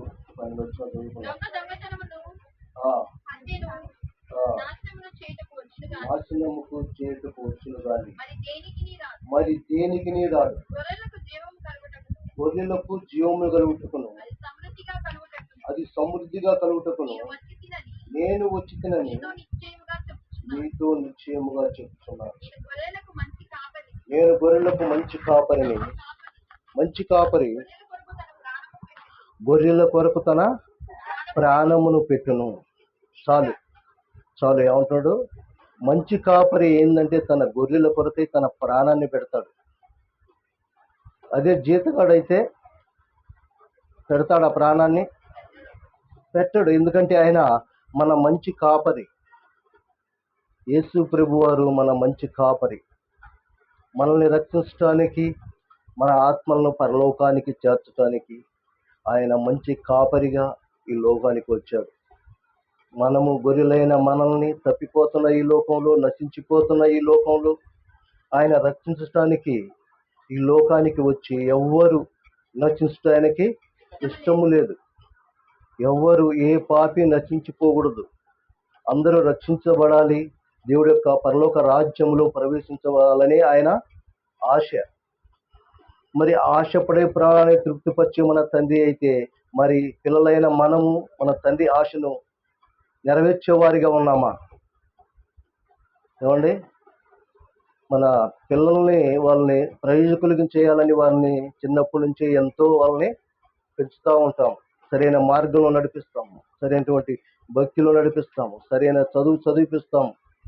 ఎంతో శ్రద్ధతో ఉంటున్న మనమే ఎలా అంటే, మన మన మన మన తండ్రి కోటాను కోట్లు ఇవన్నీ ఈ భూమి ఆకాశములను కలగజేసిన తండ్రి ఏ విధంగా బాధపడతాడో, వేదన పడతాడో ఎప్పుడైనా మనం ఆలోచించామా? మనం మన కుటుంబం గురించి ఎంతో ఆలోచిస్తాం, మన పిల్లల గురించి, ఈ సమస్యల నుంచి, కష్టాల నుంచి, బాధల నుంచి ఎన్నో ఆలోచిస్తామే.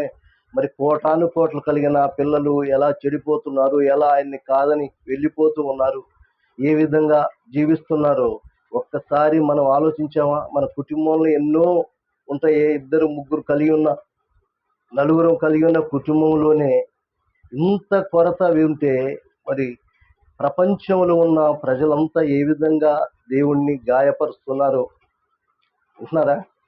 ఏ విధంగా ఆయనకి వేదన వస్తుందో ఒక్కసారి మనం ఆలోచించాలి పిల్లరా. కాబట్టి మనం జాగ్రత్తగా మనం భక్తి నేర్చుకుంటూ నిజంగానే ఆ మంచి కాపరి మనకున్నాడు. ఆ కాపరి వైపు మనం జాగ్రత్తగా ఆయన కనుక్కోవాలి. ఎలా ఆయన కాపరి, అంత మంచి, అంతకంటే ఎవరైనా మనల్ని చూడగలుగుతారా? మన తల్లిదండ్రులు పిల్లల్ని అసహించుకుని లేరు.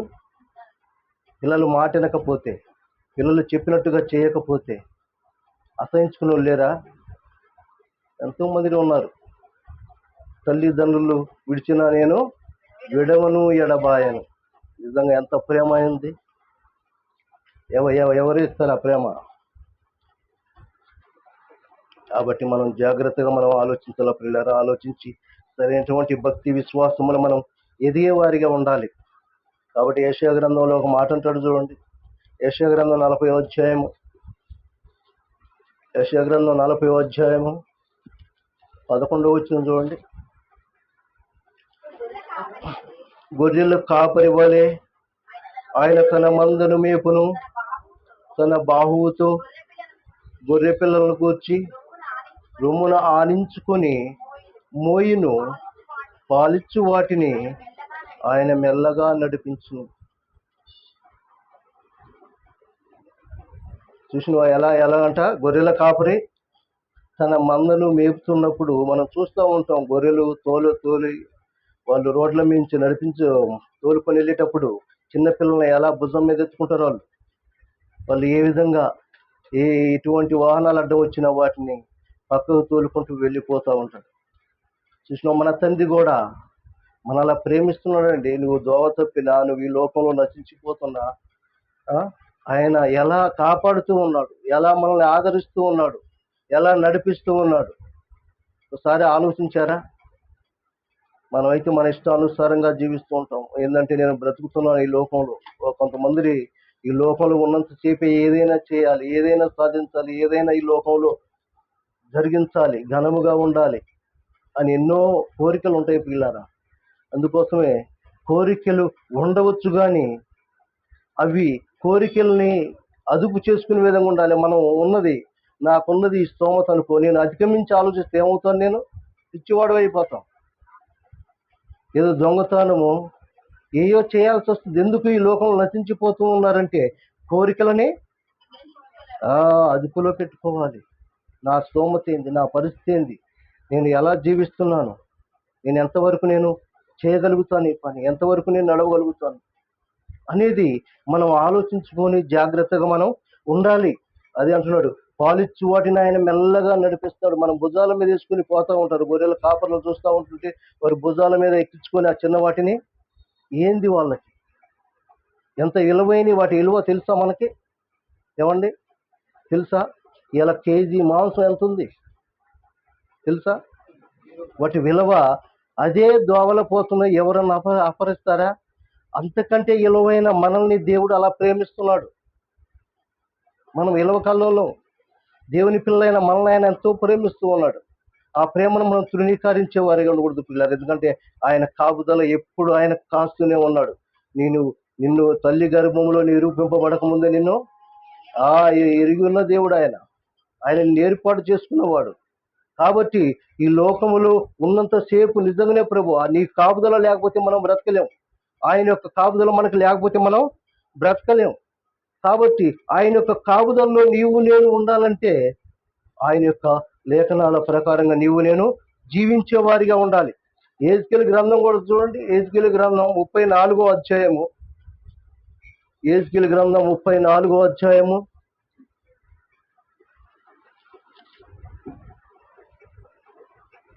12వ వచనం చదవండి. 12 నుంచి.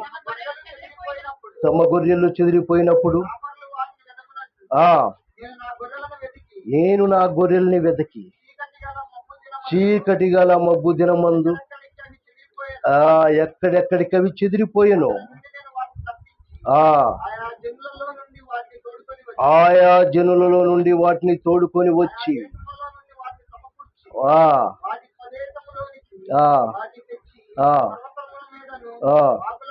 వాగుల యొద్దను సకలమైన మేపెదను. వా, ఎలాంటి కాపురి! అంటే గొర్రెలనే కాదు, ఇప్పుడు ఏమన్నా ఆయా జనముల నుండి అంటే ఉన్న ఈ ప్రపంచంలో ఎలాగున్నారంటే చెదిరిపోయి ఉన్నారు. దేవుడు అంటే తెలుసుకునే స్థితిలో ఉన్నారు.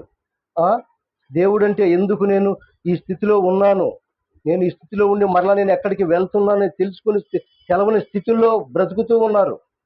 దేవుడు అంటే ఎవరో తెలవని స్థితిలో ఉన్నారు. ఆయా జాతుల నుండి వాటిని తోడుకొని వచ్చి ఆయా ప్రదేశం నుండి వాటిని సమకూరుస్తూ ఉన్నాను. మళ్ళీ సమకూరుస్తూ ఉన్నాడండి దేవుడు. వినిపిస్తున్నాడు వాక్యాన్ని.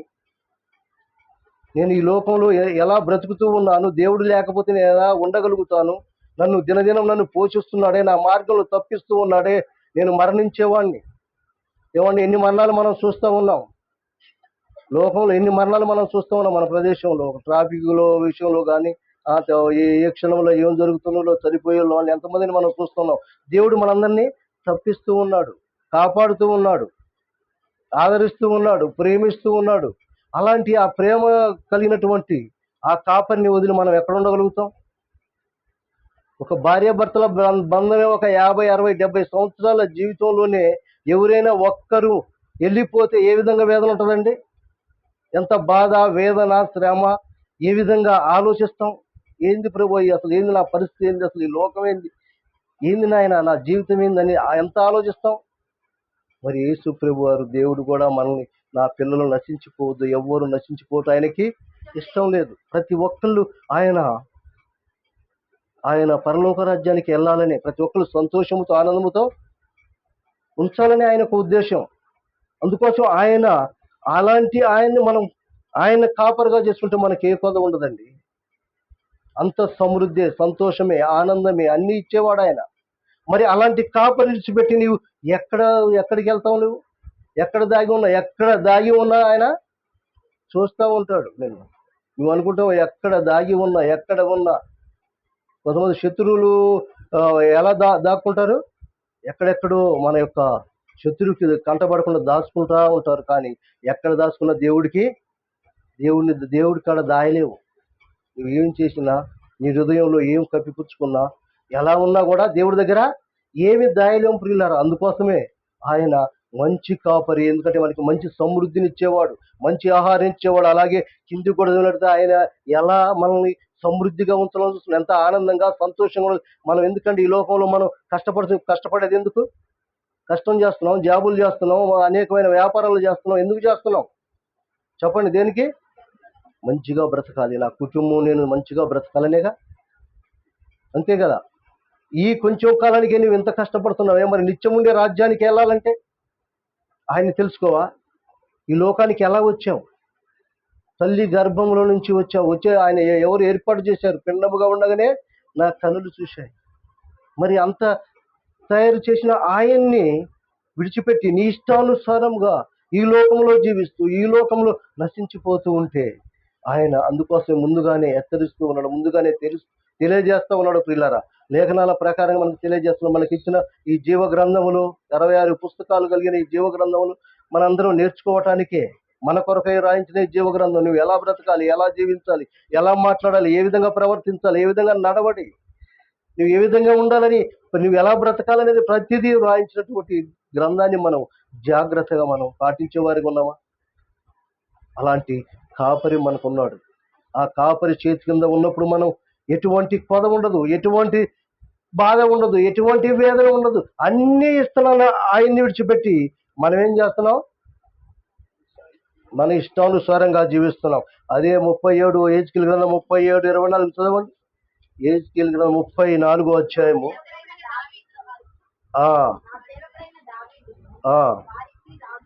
ఏమన్నాడు? నా సేవకుడైన దావీదు వారికి రాజువును, వారికి అందరికి కాపరి ఒక్కడే యుండును.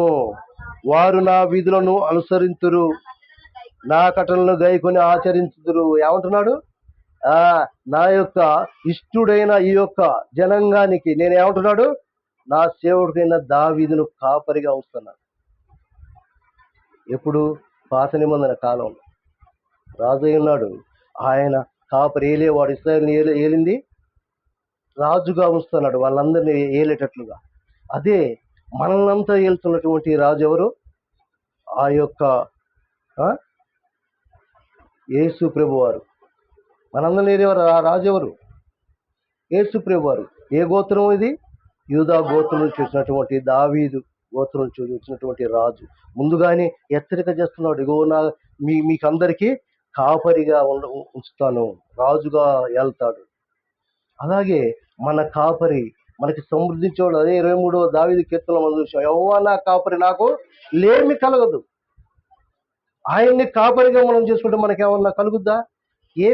లేమి కలగదు. గాఢంధకారపు లోయల్లో నేను సంచరించను. గాఢంధకారపు లోయల్లో సంచరించడం ఏంది? గాఢంధకారపు లోయలు అంటే ఈ లోకంలో ఎన్నో వస్తూ ఉంటాయి, ఒడిదుడుకులు, కష్టాలు, శ్రమలు, ఇవన్నీ వస్తాయి. ఆయన కాపరిగా ఉంటే అవన్నీ దాటిస్తూ ఉంటాడు. ఎందుకంటే పెద్ద పెద్ద అడవుల్లో గొర్రెలు కాసేటప్పుడు దావీదు మహారాజు అడవుల్లో లోయల్లో గుండా వెళ్తుంటాడు. లోయలు ఏంటంటే ఎందుకు? భయంకరంగా ఎండల్లో లోయల్లో ఎలా ఉంటాం మనం? ఇప్పుడు ఒక ప్రాంతంలో వెళ్తూ ఉన్నాం, నడిచి వెళ్తున్నాం అనుకోండి, చెట్లు ఏమి లేవనుకో, ఏ విధంగా ఉంటుంది నీ పరిస్థితి? ఇప్పుడు ఎండలో ఇప్పుడు బయలుదేరావే నుంచి వెళ్ళిపోవాలి, ఏ విధంగా? చెట్లు లేకపోతే మనం ఏమనుకుంటాం? అమ్మో, ఎలా నేను బ్రతకగలుగుతున్నా, వెళ్ళగలుగుతున్నా నా గమ్యానికి? అలాగే ఆ గొర్రెల్ని నీడల్లో నడిపించడానికి ఆ లోయల నుంచి, ఎందుకంటే లోయల్లో మనకు తెలుసు, ఒక లోయల్లో వెళ్ళేటప్పుడు ఎటుంటుంది? ఎండ వచ్చినప్పుడు ఇటు చల్లదనం ఉంటుంది, ఇటు ఎండ వచ్చినప్పుడు ఇటు చల్లదనం. అలా నడిపించుకుంటూ ఆ లోయల్లో ఎన్ని మృగాలు ఉండవచ్చు, ఎన్ని ఉన్నా కూడా వాటన్నిటి నుంచి తప్పించడానికి యేసు ప్రభువారు కాపరిగా ఉన్నాడు. మనల్ని కూడా ఈ లోకంలో ప్రయాణిస్తున్న నీవు నేను, ఈ లోకంలో సంచరిస్తున్నా, ఈ లోకంలో పని చేస్తున్నా, ఉద్యోగం చేస్తున్నా, ఏ పని చేస్తున్నా కూడా ఆయన మనకి తోడై ఉండి మన పక్షాన్ని నడిపిస్తూ ఉన్నాడే తప్ప నీవి కాదు, నీ జ్ఞానము కాదు, నీ తెలివి కాదు ప్రియులారా. కాబట్టి దేవుడి దగ్గరికి ఎప్పుడు ఆయన వైపు వస్తావు, ఆయన్ని ఆశ్రయిస్తావు, ఆయన్ని కలిగి ఉంటావు, మనకి అంతా సమృద్ధిగా ఇస్తాడు దేవుడు. సమృద్ధినిచ్చే దేవుడు. ఏది కొద ఉండదండి. ఇప్పుడు దేవుణ్ణి కలిగి ఉన్నప్పుడు, దేవుడిలో నీవు ఉన్నప్పుడు ఏది నీకు కొద ఉండదు. ఎందుకంటే ఆయన ఏది కొదవ లేకుండా చేస్తాడు. తన బిడ్డలకి ఏది కొద ఉండదు. అందుకోసమే అలాంటి కాపరిని మనం ఆశ్రయించాలి. అదే అన్నాడు, ఏమన్నాడు? 23వ కీర్తనలో చూడండి.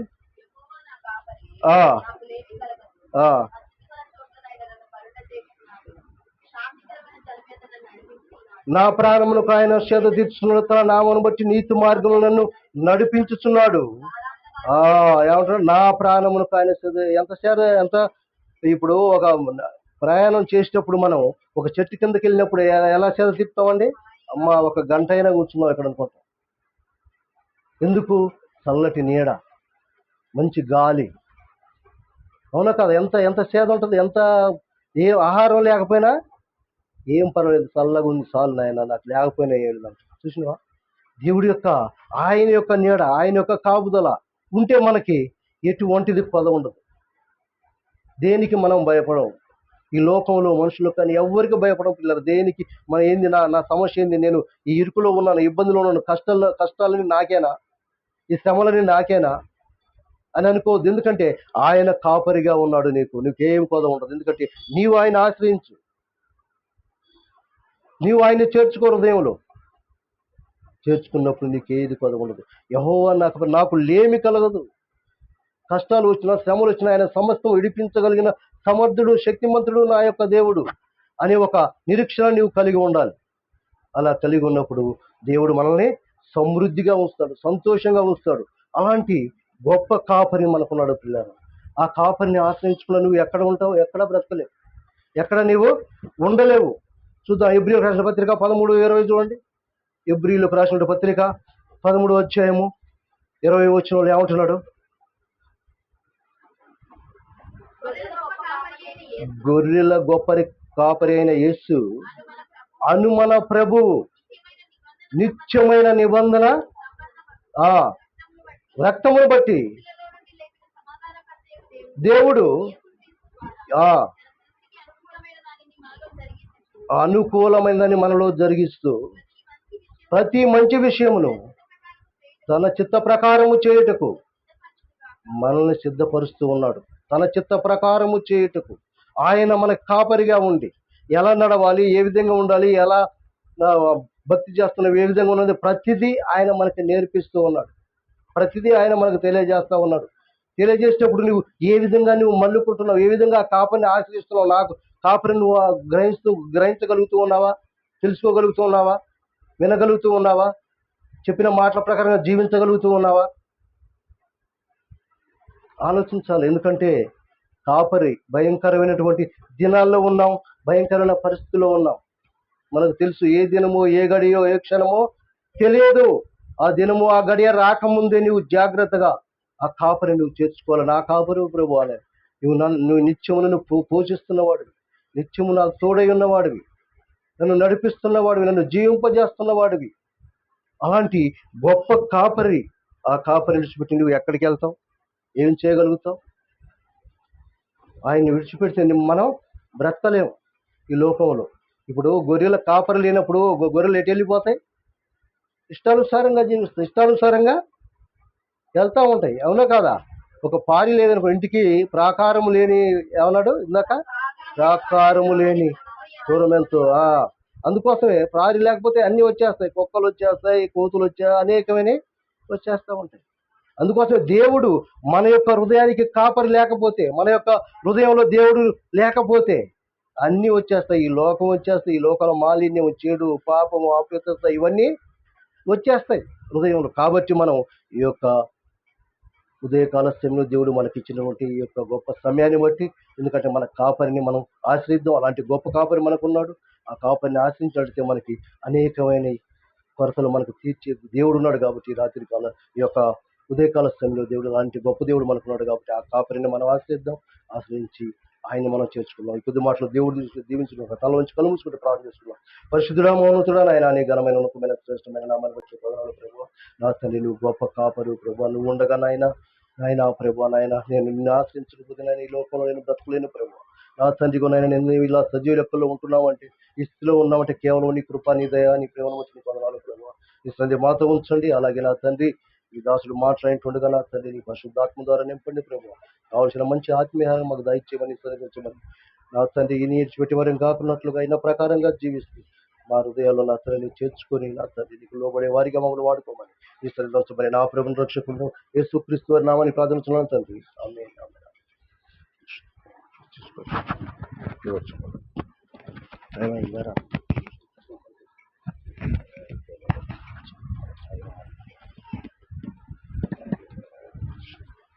మంచి పిల్లల మంచి వర్తమానం వారికి వందనాలు తెలియజేస్తున్నాను. నాకు చిన్న పల్లవి ఒకటి పాడదాం. ఎవరైనా ఇద్దరు ముప్పలుగా ఉన్నా సరే చిన్న పల్లవి ఒకటి పాడదాం. అందరూ కలిసి చప్పట్లు కొట్టు. పల్లవి చాలు.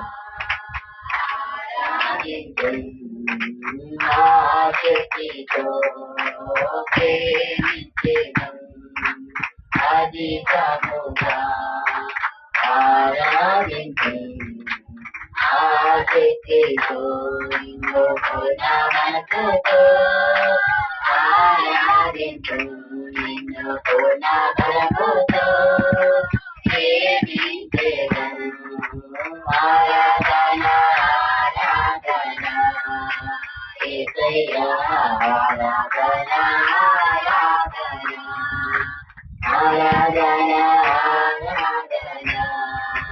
యేసయ్యా ఆరాధన ఆరాధన చాలు చాలండి. మన దగ్గర చాచి గారు ఉన్నారు, వర్తమానం చేస్తారు.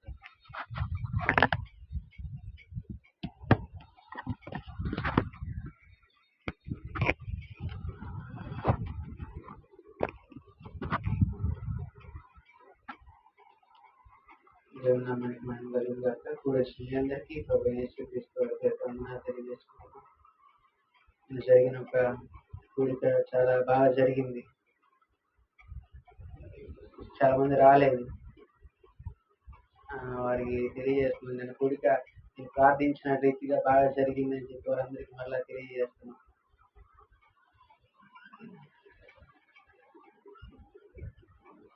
చాలా చక్కగా జరిగింది నిన్న ప్రార్థన. అనుకున్న రీతిగా ప్రార్థించుకున్న రీతిగా చక్కటి వాతావరణం దేవుడు మనకిచ్చి చక్కటి వాతావరణంలో నిన్న కూడి జరగడానికి దేవుడు మనకి సహాయం చేశాడు. నిన్న 2 రోజుల ముందు రోజు కూడా వర్షం పడింది చుట్టుపక్కల, ఆ ఊర్లో మాత్రం లేదు. నిన్న కూడా మబ్బులు పట్టిని కొంచెం అతిగా భయం వేసింది అని చక్కటి వాతావరణాన్ని ఇచ్చాడు దేవుడు. ఆ స్టేజీ చూసారు అందరూ నిన్న వచ్చిన అట్లా వచ్చిందని చెప్పి మేము కూడా ఎక్స్పెక్ట్ చేయలేదు. ఇంత చక్కగా అలంకరించి పెట్టారు పాస్టర్ గారు. నిన్న ఒక గుడ్డ పెట్టేసి వెనకమాల సైడ్ ఏదైనా పెట్టేసేస్తాడు, 4 చీరలు అయితే సరిపోతాను. మరి ఇంత డెకరేషన్ చేస్తున్నారు, ఒక సడన్ గా వర్షం పడితే ఏమైంది ఇప్పుడు అనుకున్నా నేనైతే. కొంతమంది అయితే రోడ్ల మీద వెళ్తున్న వాళ్ళు ఏంది అబ్బాయి పెళ్ళ అని అడుగుతున్నారు. అట్లా చేశారు డెకరేషన్, చాలా చక్కగా చేసి అలంకరించి చక్కటి వాతావరణంలో అది మనకి జరగడానికి మంచిగా ఇన్స్ట్రుమెంట్స్ కానీ అక్కడ మనకి ఫాస్ట్ గా అరేంజ్ చేశారు చక్కటిగా. నేను మీరందరూ కూడా వచ్చి పాల్గొన్నందుకు మీ అందరికి మరొకసారి వందనాలు తెలియజేసుకుంటున్నాను. ప్రార్థించుకున్న తర్వాత వాటి వాదన ప్రేమ కలిగిన మా దేవ, కృప కలిగిన మా తండ్రి, ఈ బంగారు పాదాలు వందనాలు స్తుతులు స్తోత్రాలు తండ్రి. ఈ యొక్క ఉదయకాల సమయంలో తండ్రిని సన్నిధిలో స్తుతించి కనపరచటకు దేవా మీరు ఇచ్చిన అవకాశాన్ని బట్టి నీకు వందనాలు స్తోత్రాలు. గత పునరుద్ధాన దినము నుంచి ప్రభు పునరుద్ధాన దినము వరకు దేవ మీరు ఎక్కల చాటున భద్రపరుచుకున్నారు. ఇది నాన్న మరలా మేమందరం కూడుకొని స్తుతించటకు మీరు ఇచ్చిన అవకాశాన్ని బట్టి నీకు వందనాలు స్తోత్రాలు దేవా. ఇంతవరకు ప్రభానైనా పాట లేదని మీరే మహిమ ఘనత ప్రభావాలు పొందుకున్నారని నమ్మచ్చు. బిడ్డల్ని దేవ ఇంతవరకు వాడుకొని మంచి వర్తమానాన్ని దాసుల ద్వారా మాట్లాడించిన విధానాన్ని బట్టి నీకు వందనాలు తెలియజేసుకున్నారు. ఈ సమయంలో దేవాన్ని ఇక్కడ నుంచొని మాట్లాడుచున్నారు దేవా. మీ యొక్క నోటి బోరుగా నన్ను వాడుకోమని ప్రార్థించుకుంటున్నాను. బిడ్డలకు అర్థమవులాగా చక్కగా చెప్పుటకు మీరు నాకు జ్ఞానాన్ని తెలివిని దయచేయండి దేవ. మీరు ఎత్తోడుగా ఉండి నడిపించి ఆదరించి అంతం వరకు దేవ జయకరంగా జరుగుటకు సహాయం దయచేయమని ప్రార్థించుకున్నాను. యొక్క ప్రార్థన నీ సన్నిధిలో చేర్చుకోండి. నజరేయుడైన జీవం కలిగిన యేసు అతి పరిశుద్ధ నామములో ప్రార్థించి అడిగి పెట్టుకుంటున్నాము తండ్రి, ఆమేన్. పరిశుద్ధ గ్రంథంలో నుంచి లూకాసు వార్త 6వ అధ్యాయం 47వ వచనం. నా యొద్దకు వచ్చి వాటి చెప్పున చేయు ప్రతి వాడును ఎవని పోయి ఉండును మీకు తెలియచేతును. వాడు ఇల్లు కట్టవలని ఉండి బండ మీద పునాది వేసిన వాని పోలి ఉండును.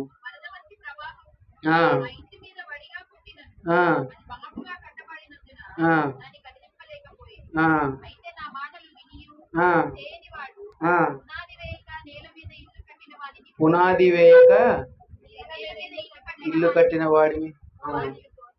చూడండి, ఇక్కడ 2 మాటలు ఉన్నాయి. 48వ వచనంలో పునాది వేసిన వారి పోలి ఉండును. ఏమంటున్నాడు? పునాది వేసిన వాని పోలి ఉండును. 49వ వచనంలో ఏమంటున్నాడు? పునాది వేయక. చూడండి, అక్కడ 2 మాటలు అక్కడ చూసుకున్నట్లయితే యేసు ప్రభు వారు అనేక ప్రసంగాలు చేసేవారు. అనేక ప్రసంగాలు ఆయన చేశాడు. ఆయన చేసినటువంటి ప్రసంగాల రీతిగానే వాటిని మాదిరిగా తీసుకొని దినాన చేసినటువంటి ప్రతి సేవకుడు కూడా వాటిని అనుసరించి వాటి ప్రకారంగా నడుచుకుంటూ ఆ యొక్క ప్రసంగాలని వారు ఉద్దేశించి తీసుకున్నటువంటి మాటల్ని ఈ దినాన ఉన్నటువంటి బోధకులందరూ కూడా బోధిస్తున్నారు. మరి ప్రసంగం అంటే ఆయన ఆ రోజుల్లో ఏదో ఒక అంశం తీసుకొని లేదా ఒక రిఫరెన్స్ తీసుకొని దాన్ని గంటల తరబడి చెప్పించుకుంటూ వెళ్ళేటువంటి వాడు కాదు. నీ హృదయానికి ఏ విధమైనటువంటి వాక్యం అవసరము, హృదయంతరాలు ఎరిగినటువంటి దేవునికి నీకు ఏ వాక్యం కావాలో ఆ వాక్యం ఆయన ఎరిగి ఉన్నాడు. నువ్వు బాధలో ఉన్నావేమో, నీకు బాధ నుంచి విడిపించడానికి నీకు వాక్యం చెప్పేవాడు. నీకు శోధనలో ఉన్నావేమో, నీ శోధన నుంచి విడిపించడానికి కావాల్సినటువంటి వాక్యం చెప్పేవాడు. నువ్వు శ్రమల్లో ఉన్నావేమో, శ్రమల నుంచి విడిపించడానికి కావాల్సినటువంటి వాక్యం చెప్పేవాడు. నీకు కావాల్సినటువంటి వాక్యము ఏ రీతిగా నీ ఏది అవసరమో, నీ స్థితి ఏ స్థితిలో ఉన్నాయి, నీ స్థితి ఏ స్థితిలో అయితే నువ్వు ఉన్నావో ఆ స్థితికి సంబంధించినటువంటి వాక్యం అన్ని ఆయన అందించేవాడు. అవునా కాదా? ఎందుకంటే ఆయన హృదయంతరాలను ఎరిగినటువంటి వాడు కదా. నీకు ఏ వాక్యం కావాలో తెలుసు. ఈ రోజుల్లో ఒక కుటుంబ ప్రార్థన పెట్టుకుంటే, లేకపోతే ఒకళ్ళు ఏదైనా ప్రార్థన ఏర్పాటు చేసుకున్నారు, వారి గురించి ప్రార్థించుకున్నటప్పుడు వారి సమస్య ఏంటి, వారు దేని నిమిత్తం ప్రార్థన పెట్టుకున్నారు, లేకపోతే దేని నిమిత్తం అయితే వాళ్ళ యొక్క కూడికి ఏర్పరచుకున్నారు అని చెప్పి వారి గురించి ప్రార్థించేవారు ఉండట్లేదు, వారి గురించి చెప్పేటువంటి వారు ఉండట్లేదు. ఆ కుటుంబం ఎందు నిమిత్తం అయితే ఈ ప్రార్థన పెట్టుకుంది, యొక్క కృతజ్ఞతగా యొక్క కూడికని వీళ్ళు ఏర్పాటు చేసుకున్నారు. కృతజ్ఞతగా ఏర్పాటు చేసుకున్నట్టు ఆ కూడికని చక్కగా జరిపించట్లేదు. ఏం చెప్తున్నారంటే ఏదో రావాలి, పిలిచాం కదా అని చెప్పి వచ్చి చెప్పేశారు. కానీ ఆ దినాల్లో ఆయన నీ కుటుంబానికి ఏ వాక్యం అవసరమో అది మాత్రమే చెప్పారు. అది కూడా నీకు ఏ వాక్యమో అదే బైబిల్ తీయకుండా నీకు ఆ వాక్యాన్ని చెప్పి చూపించేవారు కదా. అదే యేసు ప్రభు వారు కూడా అదే చేసి చూపించారు. అక్కడ చిన్న చిన్న ఉపమానాలు తీసుకుంటా ఆయన నీకు ఏ వాక్యం అవసరమో ఆ వాక్యాన్ని చెప్పుకుంటా వెళ్ళేవాడు. అయితే అక్కడ 2 మాటలు ఆయన 2 ఉపమానాలు ఆయన తీసుకున్నాడు. పునాది వేసిన వాటిని పోలి ఉండును, రెండవది పునాది వేయక ఉండినటువంటి వాటిని తీసుకున్నాడు. చూడండి, వారి పునాది వేసింది ఎట్లా ఉంటుంది, పునాది వేయనిది ఎట్లా ఉంటుంది అని చెప్పి ఆ యొక్క 2 మాటలు ఆయన అక్కడ తీసుకున్నాడు. చూడండి మళ్ళీ ఒకసారి 48వ వచనం మొత్తం.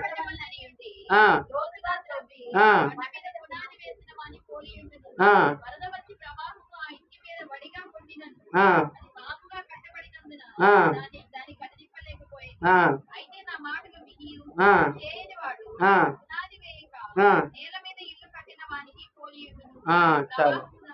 మీరందరూ ఇక్కడ ఎందుకు కూడుకున్నారు అని అడిగితే ఏం చెప్తారు? ఎందుకు వచ్చారు మీరు అందరు ఇక్కడికి అంటే ఏం చెప్తారు? మీరు జోలపాట పాడతారు, నిద్రపోదామని వచ్చారు. కాకపోతే ఇంకేం చెప్తారు? మీరు చెప్పేది ఏదో చెప్తారు కదా, ఆ మాటలు విందామని వచ్చాం, అంతేనా? మీరు చెప్పేటువంటి మాటలు ఏవైతే ఉన్నాయో అవి శ్రద్ధతో విన్నాము అనేటువంటి వచ్చినట్టు వారు ఎంతమంది ఉన్నారు? శ్రద్ధతో మీరు చెప్పిన మాటలు వినాలని చెప్పి వచ్చాము అన్నటువంటి వారు ఎంతమంది ఉన్నారంటే అందరూ కూడా శ్రద్ధతో వచ్చినటువంటి వారు కదా. ఎందుకంటే మీకు చెప్పాల్సినటువంటి మాటలు నేను దేవుని దగ్గర నుంచి తెలుసుకోవాలి. నేను దేవుని దగ్గర నుంచి తెలుసుకున్నటువంటి మాటల్ని నా జీవితంలో కూడా నేను వాటన్నిటిని అనుసరించాలి. నేను వాటన్నిటిని నా జీవితంలో నేను అనుసరించకుండా మీకు చెప్తాం అది కరెక్ట్ కాదు. నేను మీకు చెప్పేటువంటి మాటలు ఏదైనా కానీ అది నా జీవితంలో నేను అనుసరిస్తా మీకు చెప్తే మంచిగా ఉండదు. చెప్తాడు కానీ చేయరు అనేది ఆనాటి పరిచయుల యొక్క మాట. అది చెప్పేవారే కానీ చేసేవారు కాదు. కానీ ప్రభు మనకు నేర్పించింది ఏంటంటే మీరు ఏదైతే చెప్తున్నారో అది మీరు కూడా ఆచరించాలి, మీరు పాటిస్తూ అనేకులకు తెలియచేయాలి. ప్రభు మనకు నేర్పించింది ఏంటంటే అదే మీరు అనేకులకి తెలియజేస్తున్న మీ మాటలు ఉన్నాయి చూసారా, ఆ మాటలన్నీ కూడా మీ జీవితాల్లో కూడా మీరు పాటిస్తూ ఏం చేయాలంటే మీరు పాటిస్తూ చెప్పండి, ఇతరులకి బోధించాలి. అవన్నీ మనం మన జీవితాల్లో అనుసరించకుండా మేము బోధ చేస్తున్నాము, మేము ముందుకెళ్తాము, పాటిస్తాము అంటే అది కుదరదు. ఈ రోజుల్లో చాలా మంది పై మాటలు చెప్పుకుంటా పైగా పొగుడుకుంటా వెళ్ళిపోతూ ఉంటున్నారు. పై భక్తి చూపిస్తున్నారు. స్థిరమైన భక్తిని ఎవరు కూడా కనపరచట్లేదు. స్థిరమైన భక్తిని ఎవరు కనపరచట్లేదు. పై భక్తిని మాత్రమే అనేక బోధకులు ఈ రోజు చూపిస్తున్నారు. పై బోధన చూపిస్తా, పై భక్తి చేస్తా, పై మాటలు చెప్పుకుంటా వారికి గచ్చిపోత పూసుకుంటా వెళ్తున్నారు. ఎందరో ఈ రోజుల్లో ఇంతమంది నేను ప్రభువాన్ని నమ్ముకున్నాను, నేను దేవుణ్ణి నమ్ముకున్నాను, నేను దేవుని కొరకే జీవిస్తున్నాను అనేటువంటి వారు ఎంతమంది ఉన్నారు. నేను దేవుని కొరకే జీవిస్తున్నాను, నేను దేవుని నమ్ముకొని బాప్తిస్మము తీసుకున్నాను, నేను అనేకులకు మాదిరిగా ఉండాలని చెప్పి ఆయన సన్నిధిలో నేను జీవిస్తున్నాను అని అంటున్నటువంటి ప్రాంతంలో అందరికంటే కూడా నేను ఒక ఉన్నతమైన స్థానంలో ఉంటున్నానంటే అది నా ప్రభు చేసినటువంటి కార్యమే అని చెప్పి చెప్పుకోగలుగుతున్నారు. కానీ ప్రభు కోసం శ్రమలు వచ్చినప్పటికీ కూడా నిలబడట్లేదు. ఎందరో చెప్తున్నారు మాటలు, నేను ప్రభు కోసం నిలబడుతున్నాను, నేను ప్రభు కోసం జీవిస్తున్నాను, నేను దేవుని కోసం ముందుకెళ్తున్నాను, నన్ను దేవుడే నడిపిస్తున్నాడు అని చెప్పి మాటలు చెప్తున్నాము. కానీ శ్రమలైనను బాధలైనను కలిగినప్పుడు భరించట్లేదు, ఉండట్లేదు. ఈ రోజుల్లో చాలా మంది మేము క్రైస్తవులు అని చెప్పుకుంటున్నారు, మేము క్రైస్తవులను, కానీ చెప్పుకోవడానికి సిగ్గు. మా మతంలో మమ్మల్ని మరలా తక్కువగా చూస్తారేమో కదా, లేకపోతే మా మతంలో ఉన్నటువంటి మా పిల్లల్ని పెళ్లిళ్ళు చేసేటప్పుడు మాకు పిల్లల్ని ఎవరేమో కదా, మేము పెళ్లిళ్ళు చేయాలంటే మరలా మా పిల్లలకి చెప్పండి. అందరికి నిద్రలో అయితే అర్థం కావట్లేదా? పిల్లలకి పెళ్లిళ్ళు చేయాలనుకోండి, ఒక మతం నుంచి క్రైస్తవ మతాన్ని పుచ్చుకున్న తర్వాత ఆ మతంలో ఉన్నటువంటి వారికి క్రైస్తవుల్ని ఇచ్చి పెళ్లి చేయాలనుకోండి, ఏమనుకుంటున్నారు ఈ రోజుల్లో? పిల్లలు దొరకరు, కష్టము, అందుకని చెప్పి మేము బయటపడము అని చెప్పి చెప్తున్నారు. క్రైస్తవులు అని చెప్పుకోవడానికి ఈ రీతిగా మాటలు చెప్తున్నారు. బాప్తిసము తీసుకున్నాము, ప్రభువుని నమ్ముకున్నాము, క్రైస్తవులము మేమని చెప్తున్నారు. కానీ బయటికి మాత్రం చెప్పుకోవడానికి ఇష్టపడరు. ఒక ఆమె ప్రతిరోజు ప్రార్థనకి వెళ్ళిద్దంట, ప్రతిరోజు చక్కగా బైబిల్ పట్టుకొని చక్కగా దేవుని సన్నిధికి వెళ్ళి కూర్చుంటదంట.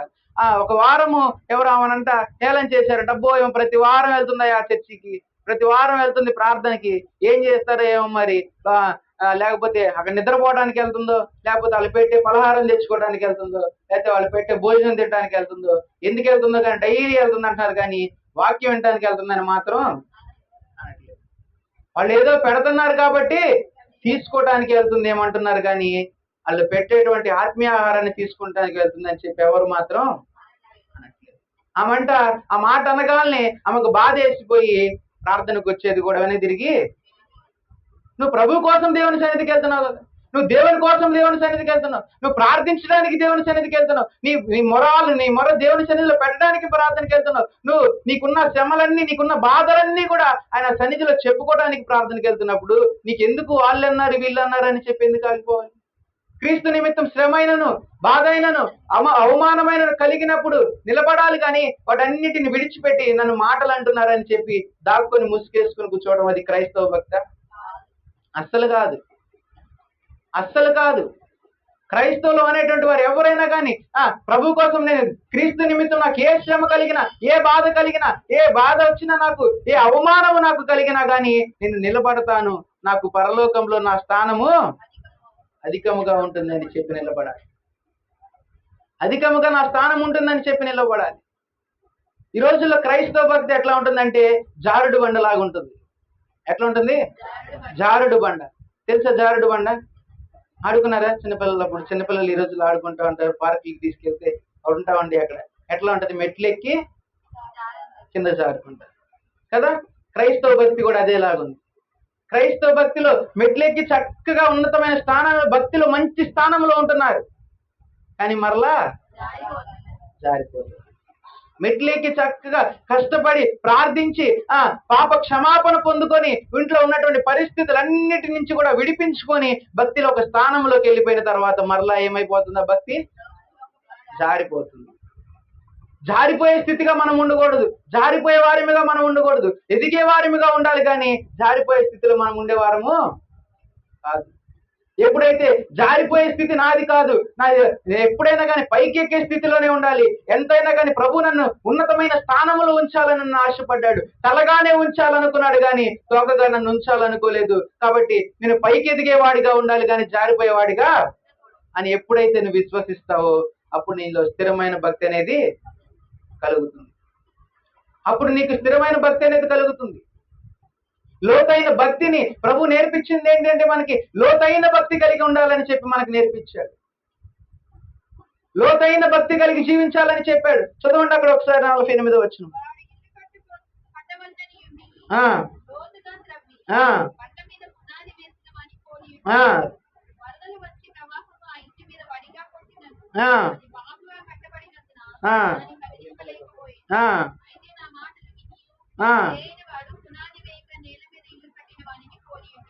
చూడండి, లోతుగా ఉండాలంట మన భక్తి. ఎట్లా ఉండాలి? లోతైన భక్తి. మనము ఒక పాట ఉంది, పాడండి.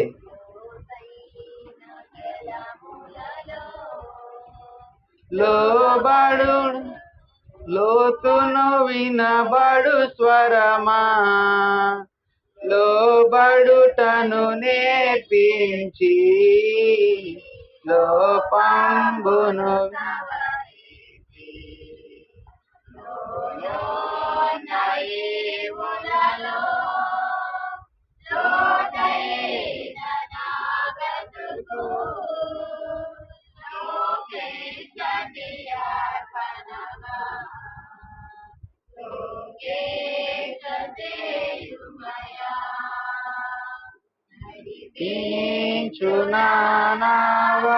ఎలా ఉండాలంట భక్తి? ఎట్లా ఉండాలంట భక్తి? మన భక్తి ఎప్పుడు ఉంటది లోతుగా? ఎప్పుడైతే నా స్థానము జారిపోయే స్థితిగా నేను ఉండకూడదు. నా భక్తి ఎప్పుడైనా కానీ పైకి ఎదిగేవాడిగా నా స్థితి ఉండాలి. నా భక్తి పైకి ఎదిగేదిగా నా భక్తి ఉండాలని చెప్పి నువ్వు విశ్వసించినప్పుడు అప్పుడు నీ భక్తి అనేది ఎట్లా కనిపించింది? లోతైన భక్తిగా కనిపించింది. ఒకసారి యేసు ప్రభు సముద్రం దగ్గరికి వెళ్ళారంట. సముద్రం దగ్గరికి వెళ్ళినప్పుడు 2 ఓడలు అక్కడ ఉన్నాయి. ఎవరయ్యా 2 ఓడలు? పేతురు, యోహోని. ఆ 2 ఓడలు అక్కడ ఉన్న సమయంలో ఒక ఓడనేమో యోహోనిది, ఒక ఓడేమో పేతురుది. అక్కడ ఎక్కిన తర్వాత ఆ ఓడలో కూర్చొని ఆ సముద్రం ఒడ్డున ఆ ఓడలో కూర్చొని ఒడ్డునున్న వారందరితో కూడా చక్కగా మాట్లాడి వారందరికీ కూడా చక్కగా ఆత్మీయ ఆహారాన్ని అందించాడు. ఆయన అప్పుడే పేతురు గారు వేటకి వెళ్ళి వచ్చాడు. వలలు కట్టుకొని వేటకి వెళ్ళి వచ్చాడు. వేటకు వెళ్ళి వచ్చిన తర్వాత ఆయనకి ఒక్క చేప కూడా పడలేదు. మరి ఆయన చేపలు తీసుకెళ్ళకపోతే ఆ రోజు ఆయనకి పాపం ఫుడ్ పెట్టేవారో లేదో. మరి ఈ రోజుల్లో మనం ఇంట్లో చెప్పింది తీసుకురాకపోతే ఇంట్లో పురుషులకి తెలుసు బాగా. ఏం నవ్వుతారు? పురుషులకి తెలుస్తుంది. చెప్పింది తీసుకురాక మరి ఆమె చేపలు పట్టుకొస్తానని వెళ్ళాడు. చేపలు పట్టుకొస్తానని చెప్పి వెళ్ళినటువంటి ఆయన తిరిగి వచ్చేటప్పుడు ఏం తీసుకొచ్చాడు? ఖాళీ చేతులతో తిరిగి వచ్చాడు. మరి ఏం చేపలు తీసుకురాలేదు. చేపలు తీసుకురాలేదని మరి పాపం ఆయన వచ్చి కూర్చున్న సమయంలో యేసు ప్రభు వారు అక్కడ ధోనిలో కూర్చొని అక్కడ ఉన్నటువంటి వారందరితో కూడా మాట్లాడి వారందరికీ కూడా బోధించి ప్రసంగం చేసిన తర్వాత ప్రభు వారు మళ్ళా పేతురుతో ఒక మాట మాట్లాడుతున్నాడు. 5వ అధ్యాయం చూడండి ఒకసారి. 5వ అధ్యాయం 4వ వచనం. చాలించిన తరువాత ధోనిను ఎక్కడికి నడిపించమన్నాడు? లోతునకు నడిపించమని ఆయన అప్పటి వరకు ప్రసంగం చేశాడు. ఈ రోజుల్లో చేసేటువంటి ప్రసంగాలు, ఎన్ని ప్రసంగాలు వింటున్నారు మీరు? ఎన్ని వర్తమానాలు వింటున్నారు మీరు? ఫోనుల్లో, టీవీల్లో, లైవ్లో, మందిరంలో ఉన్నటువంటి వారు ఎన్నో వర్తమానాలు, ఎన్నో ప్రసంగాలు వింటున్నారు. విన్నటువంటి ప్రసంగాలన్నీ కూడా మన హృదయంలో లోతుగా వెళుతున్నాయా లేదా? ఆ హృదయంలోకి లోతుగా వెళ్ళాలి అంటే చెప్పగానే ఇక్కడ కూర్చున్నంతసేపు ఆలకించి విడిచిపెడితే సరిపోదు. చెప్పినటువంటి వాక్యాన్ని మరలా దాన్ని మనం గుర్తు చేసుకుంటా నెవరు వేసుకుంటా ఉన్నటువంటి సమయంలో అది మన హృదయంలోకి ఎట్లా వెళ్తుందంట? లోతుగా వెళ్తుంది. లోతైన భక్తి కలిగి ఉండాలంటే చెప్పినటువంటి వాక్యము మరలా మనం ఏం చేయాలి? నెమరు వేసుకోవాలి. మేము ప్రార్థిస్తున్నాము, మేము ప్రార్థించినప్పటికీ కూడా మాకు ఏమి జరగట్లేదు, మా క్రియలు అంతే ఉంటున్నాయి. ప్రార్థించిన కొంచెం సేపు మాత్రమే మాకు మనశ్శాంతి ఉంటుంది, వాక్యం చదివిన కొంచెం సేపు మాత్రమే మాకు ప్రశాంతత ఉంటుంది, వాక్యం చదువుకొని ప్రార్థించుకొని లేకపోతే దేవుని సన్నిధిలో కూర్చున్న 2 గంటలు మాత్రమే మనశ్శాంతిగా ఉండగలుగుతున్నాము. తర్వాత మా స్థితి మాత్రం యథావిధిగానే ఉంటుంది. కారణం ఏంటంటే స్థిరమైన భక్తి లేకపోవటం వల్ల మన స్థితి యథావిధిగానే, ప్రార్థనలో కూర్చొని ప్రార్థించుకున్నంతసేపు మాత్రం చక్కగా స్థిరమైన భక్తి కలిగిన వారిగా ఉంటున్నాము. మరలా దాటి బయటికి వెళ్ళగానే స్థిరమైన భక్తిని మనము జారుడు బండలాగా ఈ 2 గంటల్లో ఎక్కేసి జారిపోతున్నాం. ఈ 2 గంటల్లో ఎక్కేస్తున్నాము, బయటికి వెళ్ళగానే మళ్ళా స్థిరమైన భక్తి కలిగి ఉంటే మన యొక్క వాక్యం మన భక్తి ఏ విధంగా లోతుగా మనం ప్రతి మాట కూడా మన హృదయంలోకి లోతుగా నాటబడుతుంది. ఇక్కడ మరి ఆయన చేపలు పట్టుకోలేదు, చేపలు పట్టకుండా వచ్చి ఆడ కూర్చుంటే యేసు ప్రభువారు ఆయనతో చెప్పాడు, లోతుగా వెళ్ళి ఏమన్నాడు? లోపలికి లోతుగా వెళ్ళి వల వేయండి, చేపలు పట్టండి అని చెప్పాడు. అయ్యా మేము రాత్రి అంతా పట్టినప్పుడు కూడా మాకు పడలేదు, అయినప్పటికీ కూడా నీ మాట చొప్పున వల వేస్తారని చెప్తున్నాడు. మనమైతే మీరు నాకు చెప్పారేంది, నేను అంతా చేసేసాను, నా ప్రయత్నాలన్నీ కూడా నేను చేశాను, ప్రభు దగ్గర నేను పెట్టాల్సిన మొరంతా నేను పెట్టాను, నా కుటుంబం అంతా కూడా ఆయనకి ఇవ్వాల్సిన కానుకంతా ఇచ్చాము, ఆయనకి ఇవ్వాల్సిన సమర్పణ అంతా మేము సమర్పించాము, అయినా మా కుటుంబానికి ఆశీర్వాదం రావట్లేదని చెప్పి అవిశ్వాసంతో ఆగిపోతుంది. విశ్వాసంతో ముందుకు వెళ్ళట్లేదు. మా కుటుంబం ఆయన పెట్టాల్సిన ఎఫర్ట్స్ అన్నీ మేము పెట్టాము, కానీ మాలో మాత్రము ఏమీ రావట్లేదు. మాకు స్థిరమైన భక్తి మనలో ఉన్నప్పుడు మనలో మార్పు అనేది ఇసుక స్థిరమైనటువంటిది కాదు. ఇసుక మీద ఒక పేరు రాసి పక్కకి వెళ్తే ఎవరైనా వచ్చి చెడిపేస్తే దూరకనే చెడిపోతుంది. అలాగే నీ భక్తి కూడా ఇసుకలాగానే కొంచెం సేపు మాత్రమే చక్కగా భక్తి చేసుకున్నంత, ప్రార్థించుకున్నంత సేపు మాత్రమే, వాక్యం విన్నంత సేపు మాత్రమే, లోపల కూర్చున్నంత సేపు మాత్రమే స్థిరమైన భక్తిగా ఉంటుంది. ఎవరైనా వచ్చి చక్కగా నీకు మాటలు చెప్పగానే ఆ యొక్క భక్తిని కోల్పోతున్నాం. కోల్పోకుండా నువ్వు ఎప్పుడైతే స్థిరమైన భక్తి కలిగి ఉంటావో అప్పుడు నీవు చేసేటువంటి ప్రతి క్రియ కూడా నీకు ప్రభు సఫలపరుస్తాడు. నువ్వు చేసే ప్రతి క్రియ కూడా సఫలపరుస్తాడు. చెప్పే ప్రతి మాట కూడా నువ్వు ఎప్పుడైతే విశ్వాసముతో వింటావో, వినటం వల్ల ఏమొచ్చింది? విశ్వాసం వచ్చింది. వినే ప్రతి మాట కూడా నువ్వు చక్కగా శ్రద్ధతో విశ్వాసముతో వింటావు. నువ్వు ప్రార్థించే ప్రతి ప్రార్థన కూడా విశ్వాసముతో ప్రార్థన చేస్తావు. విశ్వాస సహితమైన ప్రార్థన ఎలాంటి వారికైనా కానీ ప్రభు సహాయం చేస్తాడు. ఎప్పుడు? విశ్వాసముతో ప్రార్థించినప్పుడు, లోతైన భక్తి కలిగి జీవించినప్పుడు, స్థిరమైన భక్తి నీలో ఉన్నప్పుడు నువ్వు ఏ స్థితిలో ఉండి ప్రభుకు ప్రార్థించినా కానీ ప్రభు నీకు సహాయం చేస్తాడు. ఈ రోజుల్లో అనేకులు కూడా వివాహాలు కావట్లేదు, గర్భఫలం రావట్లేదు, అనేక మంది కూడా ప్రార్థిస్తున్నదే, అడుగుతుంది అదే, కానీ ఏంటంటే వారిలో స్థిరమైన భక్తి లేకపోవటము, లేకపోతే ఏదైనా అవిశ్వాసం రావటము వలన అవన్నీ కూడా జరుగుతుంది. ప్రభు వైపు విశ్వాసం. ఒకప్పుడైతే ఆడపిల్లలకి సంబంధాలు దొరకటం కష్టమయ్యేది కదా, ఈ రోజుల్లో మగపిల్లలకి సంబంధాలు దొరకటం కష్టమైపోతుంది. కారణం ఏంటంటే వాళ్ళు చదువు అయిపోగానే పెళ్లిళ్ళు చేస్తారన్న భయంతో మళ్ళీ ఇంకో చదువులో చేరిపోతున్నారు ముందుగానే ఇంకో చదువులో చేరిపోతున్నారు. ఈలోపు వీళ్ళేంది మగపిల్లలు ఇది చదివించాలే, నాకేదో గొప్ప టాలెంట్ ఉంది, ఏదో ఒకటి పెట్టుకొని బతుకుతాము, ఏదో ఒకటి పెట్టుకొని నా కుటుంబాన్ని పోషించుకుందాం అని చెప్పి అతి తెలివిలో వాడి పక్కకు వచ్చేస్తారు. ఈలోపు చదువు ఆపేయగానే వచ్చి పిల్లల్ని ఎవరిస్తారు? వాళ్ళేమో చక్కగా చదువుకుని డాక్టర్లు, ఎంబీబీఎస్లు లేదా లాయర్లు ఏదో ఉన్నతమైన స్థానంలోకి వెళ్ళిపోతున్నారు. వీళ్ళేమో చదువు ఆపేసుకొని కూర్చుంటున్నారు, ఏదో చేయాలి, ఏదో ఎగదీయాలని. అందుకని చెప్పి వాళ్ళకి ఈ రోజుల అబ్బాయిలకి పిల్లలు దొరకటం కష్టం అయిపోతుంది. చూడండి, ఏదైనా కానీ ప్రభు చిత్తం ఏమైతే అది ఉంది, మనం ప్రభు దగ్గర అడిగినప్పుడు ప్రభు చిత్తం ఏదైతే అది మనకి ఇస్తాడు. సంబంధమే దొరకట్లేదేమో, ప్రభువా నాకు సంబంధమే రావట్లేదని ప్రార్థించినప్పుడు మంచి సంబంధాన్ని ప్రభు ఇస్తాడు. గర్భఫలం రావట్లేదని నువ్వు ప్రార్థించినప్పుడు, ప్రభువా గర్భఫలం రావట్లేదు, నాలో స్థిరమైన భక్తి లేదేమో, నాలో లోతైన భక్తి నాలో లేదేమో, నీ వాక్యం నేను నా లోతుగా నేను తీసుకోలేకపోతున్నానేమో అని చెప్పి మనల్ని మనం సరి చేసుకున్నప్పుడు ప్రభు మనకి సహాయం చేస్తాడు. ఎంతవరకు పాస్టర్లు ఎంతవరకు నెట్టుకెళ్తారు? చెప్తారు, ప్రభు యొక్క మార్గాన్ని చూపించగలుగుతారు. ఆ మార్గంలో నడవాల్సింది మనమే. ప్రభు పాస్టర్లు ఆ మార్గాన్ని చూపించడం మాత్రమే వారు చేయగలరు. ఆ మార్గంలో నడవాల్సింది విశ్వాసులే. ఆ మార్గంలో నడవాల్సింది కాదయ్యా, ఆ మార్గంలో కూడా నువ్వే నడిచిపెట్టు అని చెప్పి పాస్టర్లను అడుగుతారా? ఆ మార్గంలో కూడా నువ్వే నడిచిపెట్టు. హాస్టల్ నుంచి పిల్లోడు ఇంటికి వస్తున్నాడంటే ఇంటి దగ్గర తల్లిదండ్రులు చక్కటి వంటలు చేసి పెడతారు. చేస్తారా చేయరా?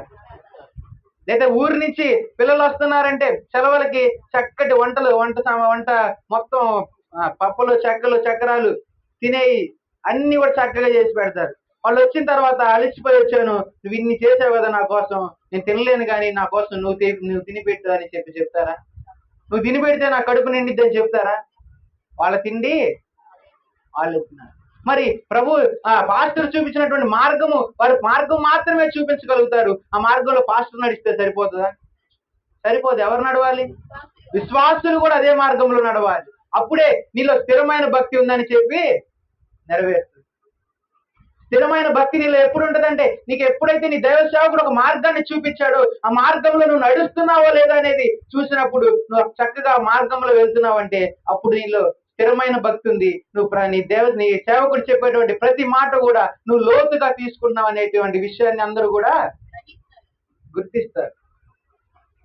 ఆ విధమైనటువంటి భక్తి మనలో ఉండాలి. స్థిరమైన భక్తి ఉండాలి. పైన భక్తి కాదు మనకు ఉండాల్సింది. పైన భక్తి అది ఏది కొంత మాటలు చెప్పుకోవడానికి, లేదా కొన్ని మాటలు చెప్పుకొని గొప్పగా చేసుకోవడానికి, లేదా ఎదుటి వారిని గణపరచడానికి, లేకపోతే ఎదుటి వారిని ఏదైనా కించపరచడానికి పై మాటలు మనం వాడతాం. కానీ నిజమైన భక్తి మనలోకి ఎప్పుడు రావాలి? ఎప్పుడు వస్తుంది? స్థిరమైన భక్తి మనం కలిగి ఉన్నప్పుడు, అప్పుడు మనం నిజంగా భక్తులు అని చెప్పి అందరూ అంటారు. ఏదో మనం వస్తున్నాము, కూర్చుంటున్నాము, ముసుకేసుకుంటున్నాము, ప్రార్థన చేస్తున్నాము అనేటువంటిది కాదు. కానీ స్థిరమైన భక్తి నీలో ఉన్నప్పుడు, చెప్పే ప్రతి మాట కూడా లోతుగా నువ్వు వింటున్నప్పుడు, అప్పుడు నువ్వు నిజంగా విశ్వాసి అని చెప్పి అందరూ కూడా గ్రహిస్తారు. కాబట్టి ప్రతి ఒక్కరు కూడా నీ కోసం శ్రమైనను, బాధైనను, నిందైనను, అవమానమైనను కలిగినప్పుడు నేను నిలబడతాను నీకోసం, నిలబడి ప్రార్థించినప్పుడు నీ యొక్క మేలులు నేను పొందుకోవడానికి నేను సిద్ధంగా ఉన్నాను. నీ లోతైన జీవితాన్ని, లోతైన మర్మాలను నేను తెలుసుకొని నీ యొక్క లోతైన జీవితంలోకి నేను నడవడానికి సిద్ధంగా ఉన్నాను అని చెప్పి మనం కూడా ప్రార్థించుకోవాలి. ఒక ప్రార్థన చేపటం ఎంతకాలం అని చెప్పి వాళ్ళ మీదే ఆధారపడి, వాళ్ళు చేసే ప్రార్థనల మీదే ఆధారపడి, వాళ్ళు చూపించే మార్గం మీదే ఆధారపడటం కాదు. చూపించినటువంటి మార్గంలోకి నడవాల్సినటువంటి అవసరం మనందరికి కూడా, నడవాల్సినటువంటి మార్గం మనందరికి అవసరం, మనందరికి ఉంది. ఇక నుంచి నా స్థితి నేను మార్చుకుంటున్నాను, నా బుద్ధి నేను మార్చుకుంటున్నాను. పై భక్తి నేను కనపరచను, పై భక్తితో నేను కూర్చోను, పై భక్తితో నేను కూర్చొని నీ మాటలు వినను, పై భక్తితో కూర్చున్నట్టుగా నేను నటించను, పై భక్తి చేస్తున్నట్టుగా నేను చర్చిలో నడుచుకోను. ఎట్లా ఉంటాను? స్థిరమైన భక్తి కలిగి నీ సన్నిధిలో ఉంటాను, లోతైన భక్తి కలిగి నీ సన్నిధిలో ఉంటాను. నీ ప్రసంగంలో చెప్పే ప్రతి ఒక్క ప్రసంగాన్ని కూడా నా యొక్క లోతైన హృదయంలోకి నేను తీసుకొని వెళ్తాను, నాటుకొని పోలాగున నేను చేస్తాను అని చెప్పి మనందరం కూడా ప్రార్థించుకునే వారిగా ప్రార్థించుకుందాం. మనం కూడా ప్రభు నీ యొక్క మాటలు మాకు లోతుగా, ప్రభు చెప్పిన ప్రతి మాట కూడా హృదయంలో లోతుగా నాటుకుపోలాగున మీరు మాకు సహాయం చేయండి. స్థిరమైన భక్తి మేము కలిగి జీవించడానికి మీరు మాకు సహాయం చేయండి. స్థిరమైన భక్తి లేకుండా పై భక్తి, ఆచారాలతో కూడుకున్నటువంటి భక్తి మేము ఎంత చేసినా కానీ అది మాకు వ్యర్థము. ప్రభు ప్రార్థించుకుందాం, అందరం ప్రార్థించుకుందాం. ప్రభు ఇక నుంచి అయినా కానీ తండ్రి స్థిరమైన భక్తి కనపరిచే వారం కొంటకు సహాయం దయచేసి. ఏదో నలుగురు చెప్పుకోవడానికి కాదు ప్రభు మా భక్తి చేసుకోవటం, నలుగురు ప్రభు గొప్పగా చెప్పుకోవడానికి కాదు, ఏదో తండ్రి ముసుగులు వేసుకొని వెళ్తున్నాము, బైబిల్ చేత పట్టుకొని వెళ్తున్నాము, ప్రార్థన చేస్తున్నాము అనేటువంటి మాటలు కాదు ప్రభా మాకు కావాల్సింది. వీరు నిజమైన విశ్వాసులని చెప్పగలిగేటట్టుగా మేము ఉండాలి దేవా. అలా చెప్పాలంటే ప్రభా స్థిరమైన భక్తి మాలో ఉండాలి దేవా. ప్రతి ఒక్క మర్మము ప్రభా వాక్యంలో ఉన్నట్టు ప్రతి ఒక్క మర్మాన్ని మేము ఎరిగి ఉండాలి దేవా. ఈ యొక్క లోతైన మాటలను తెలుసుకున్నటకు మీరు సహాయం చేయండి. లోతుగా ప్రభా మీ ప్రతి మాటను తీసుకున్నటకు సహాయం చేయండి.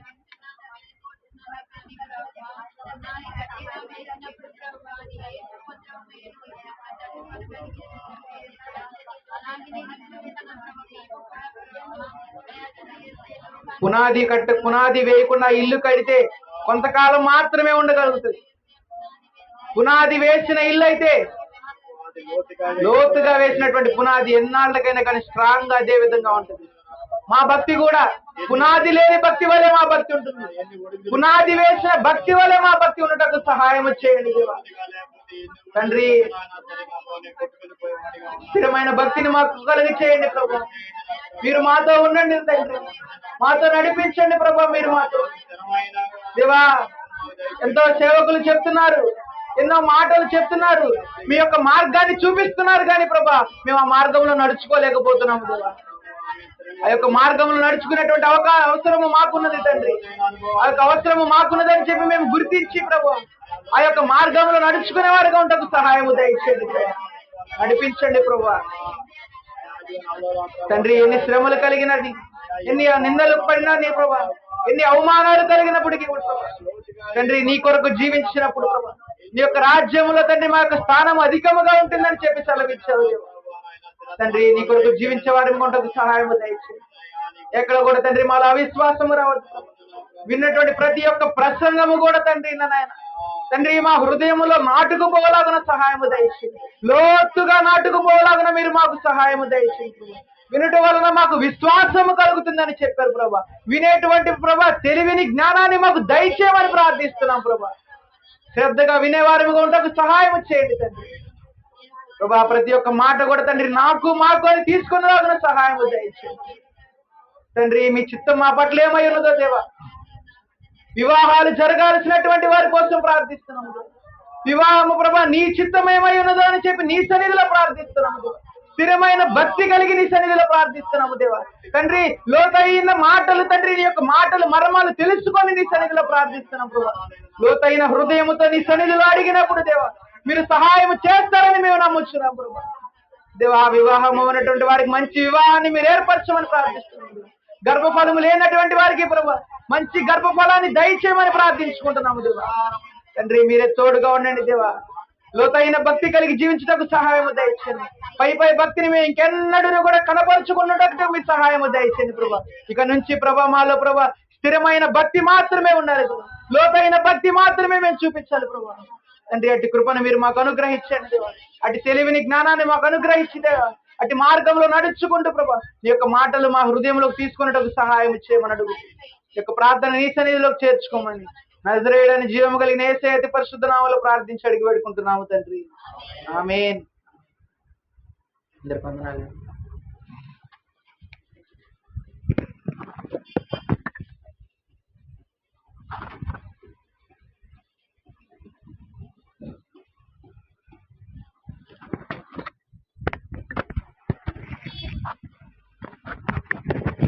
మంచి వర్తమానం వందనాలు తెలియజేస్తున్నాను. అలాగే చిన్న పాట పాడినది మనం కానుకలు పెట్టుకున్నాం. చిన్న మైక్ తీసుకొని చిన్న పాట పాడండి కానుకలు పెట్టుకుని.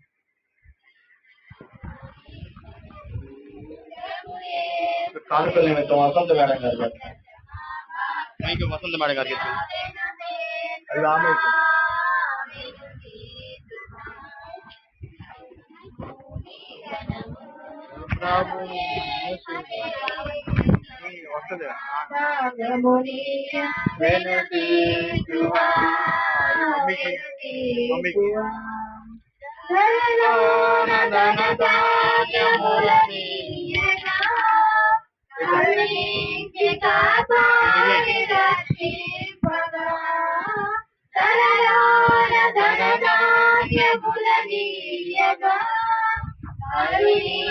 కాపాడి రక్షి పరలోకనాథుడు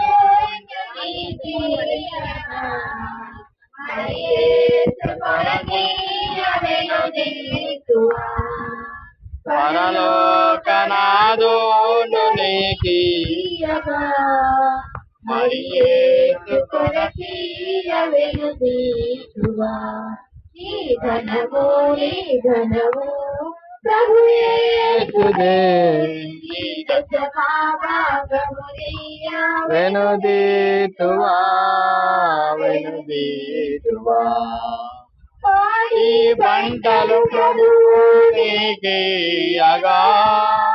కూడు గొడ్డలు నీకు దయచేయగా పాడి పంటలు ప్రభువునికియగా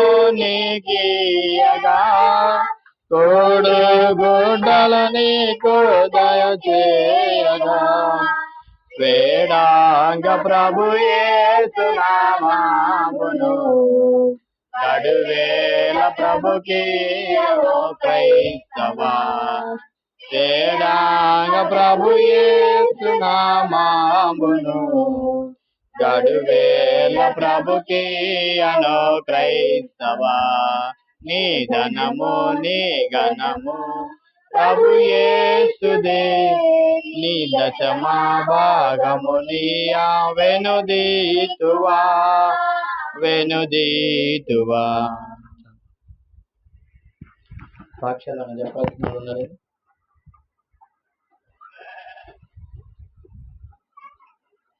సాక్ష్యాలు ఎవరు లేరు?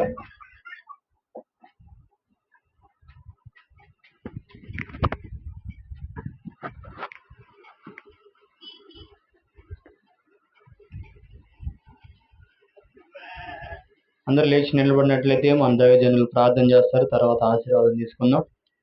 అందరు లేచి నిలబడండి.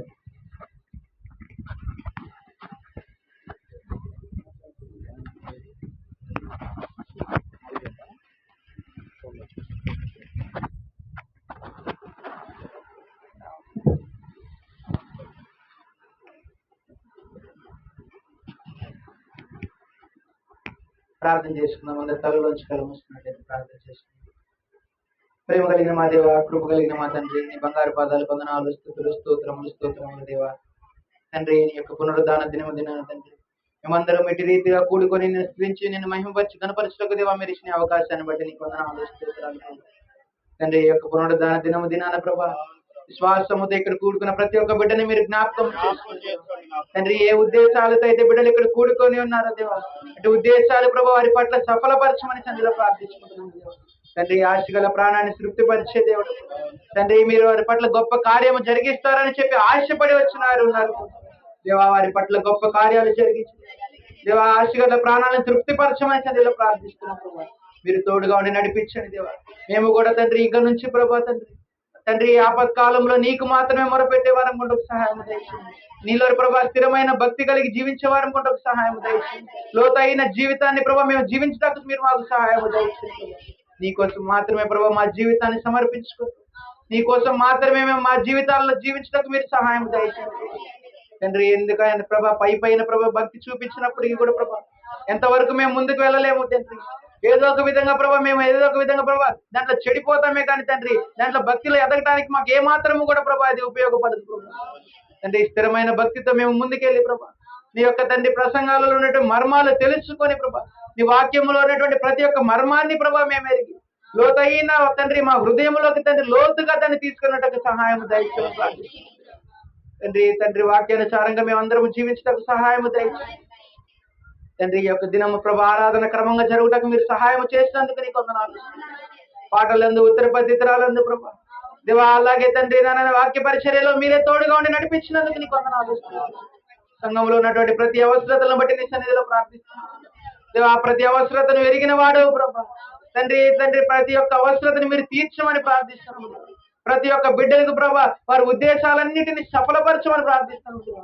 ఆరోగ్యంతో ఉన్నటువంటి వారికి మంచి ఆరోగ్యాన్ని దయచేయమని ప్రార్థిస్తున్నాము తండ్రి. మీరే తోడుగా ఉండి నడిపించండి దేవా. తండ్రి ఎవరో తాతీని బట్టి నీ సన్నిధిలో ప్రార్థిస్తున్నాం ప్రభా. బిడ్డ తండ్రి ఉదయం ఎంతో బలహీనుడిగా ఉన్నాడు తండ్రి. వామిటింగ్స్ అవుతూ తండ్రి కళ్ళు తిరుగుతూ ప్రభా బిడ్డ ఎంతో బలహీనుడిగా ఉన్నాడు.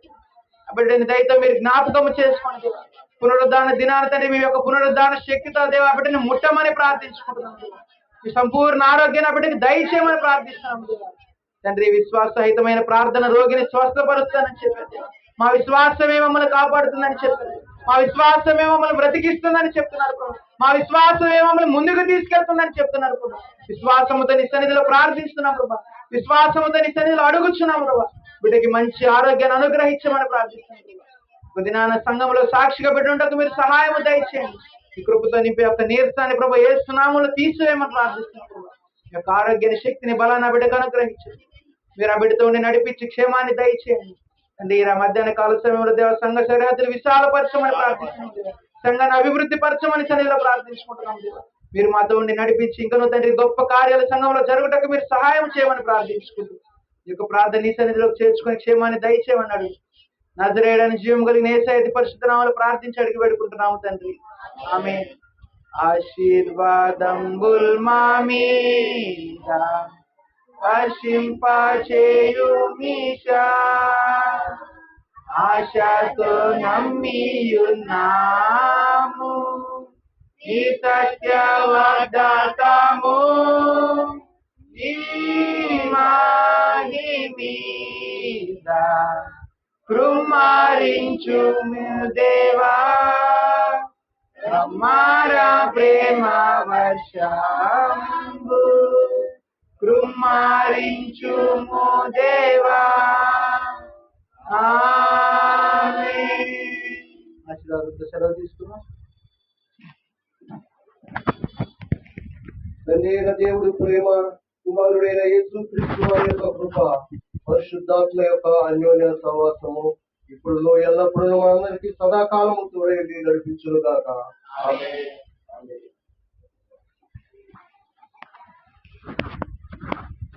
అందరికీ వందనాలండి. ఒక ఆరాధన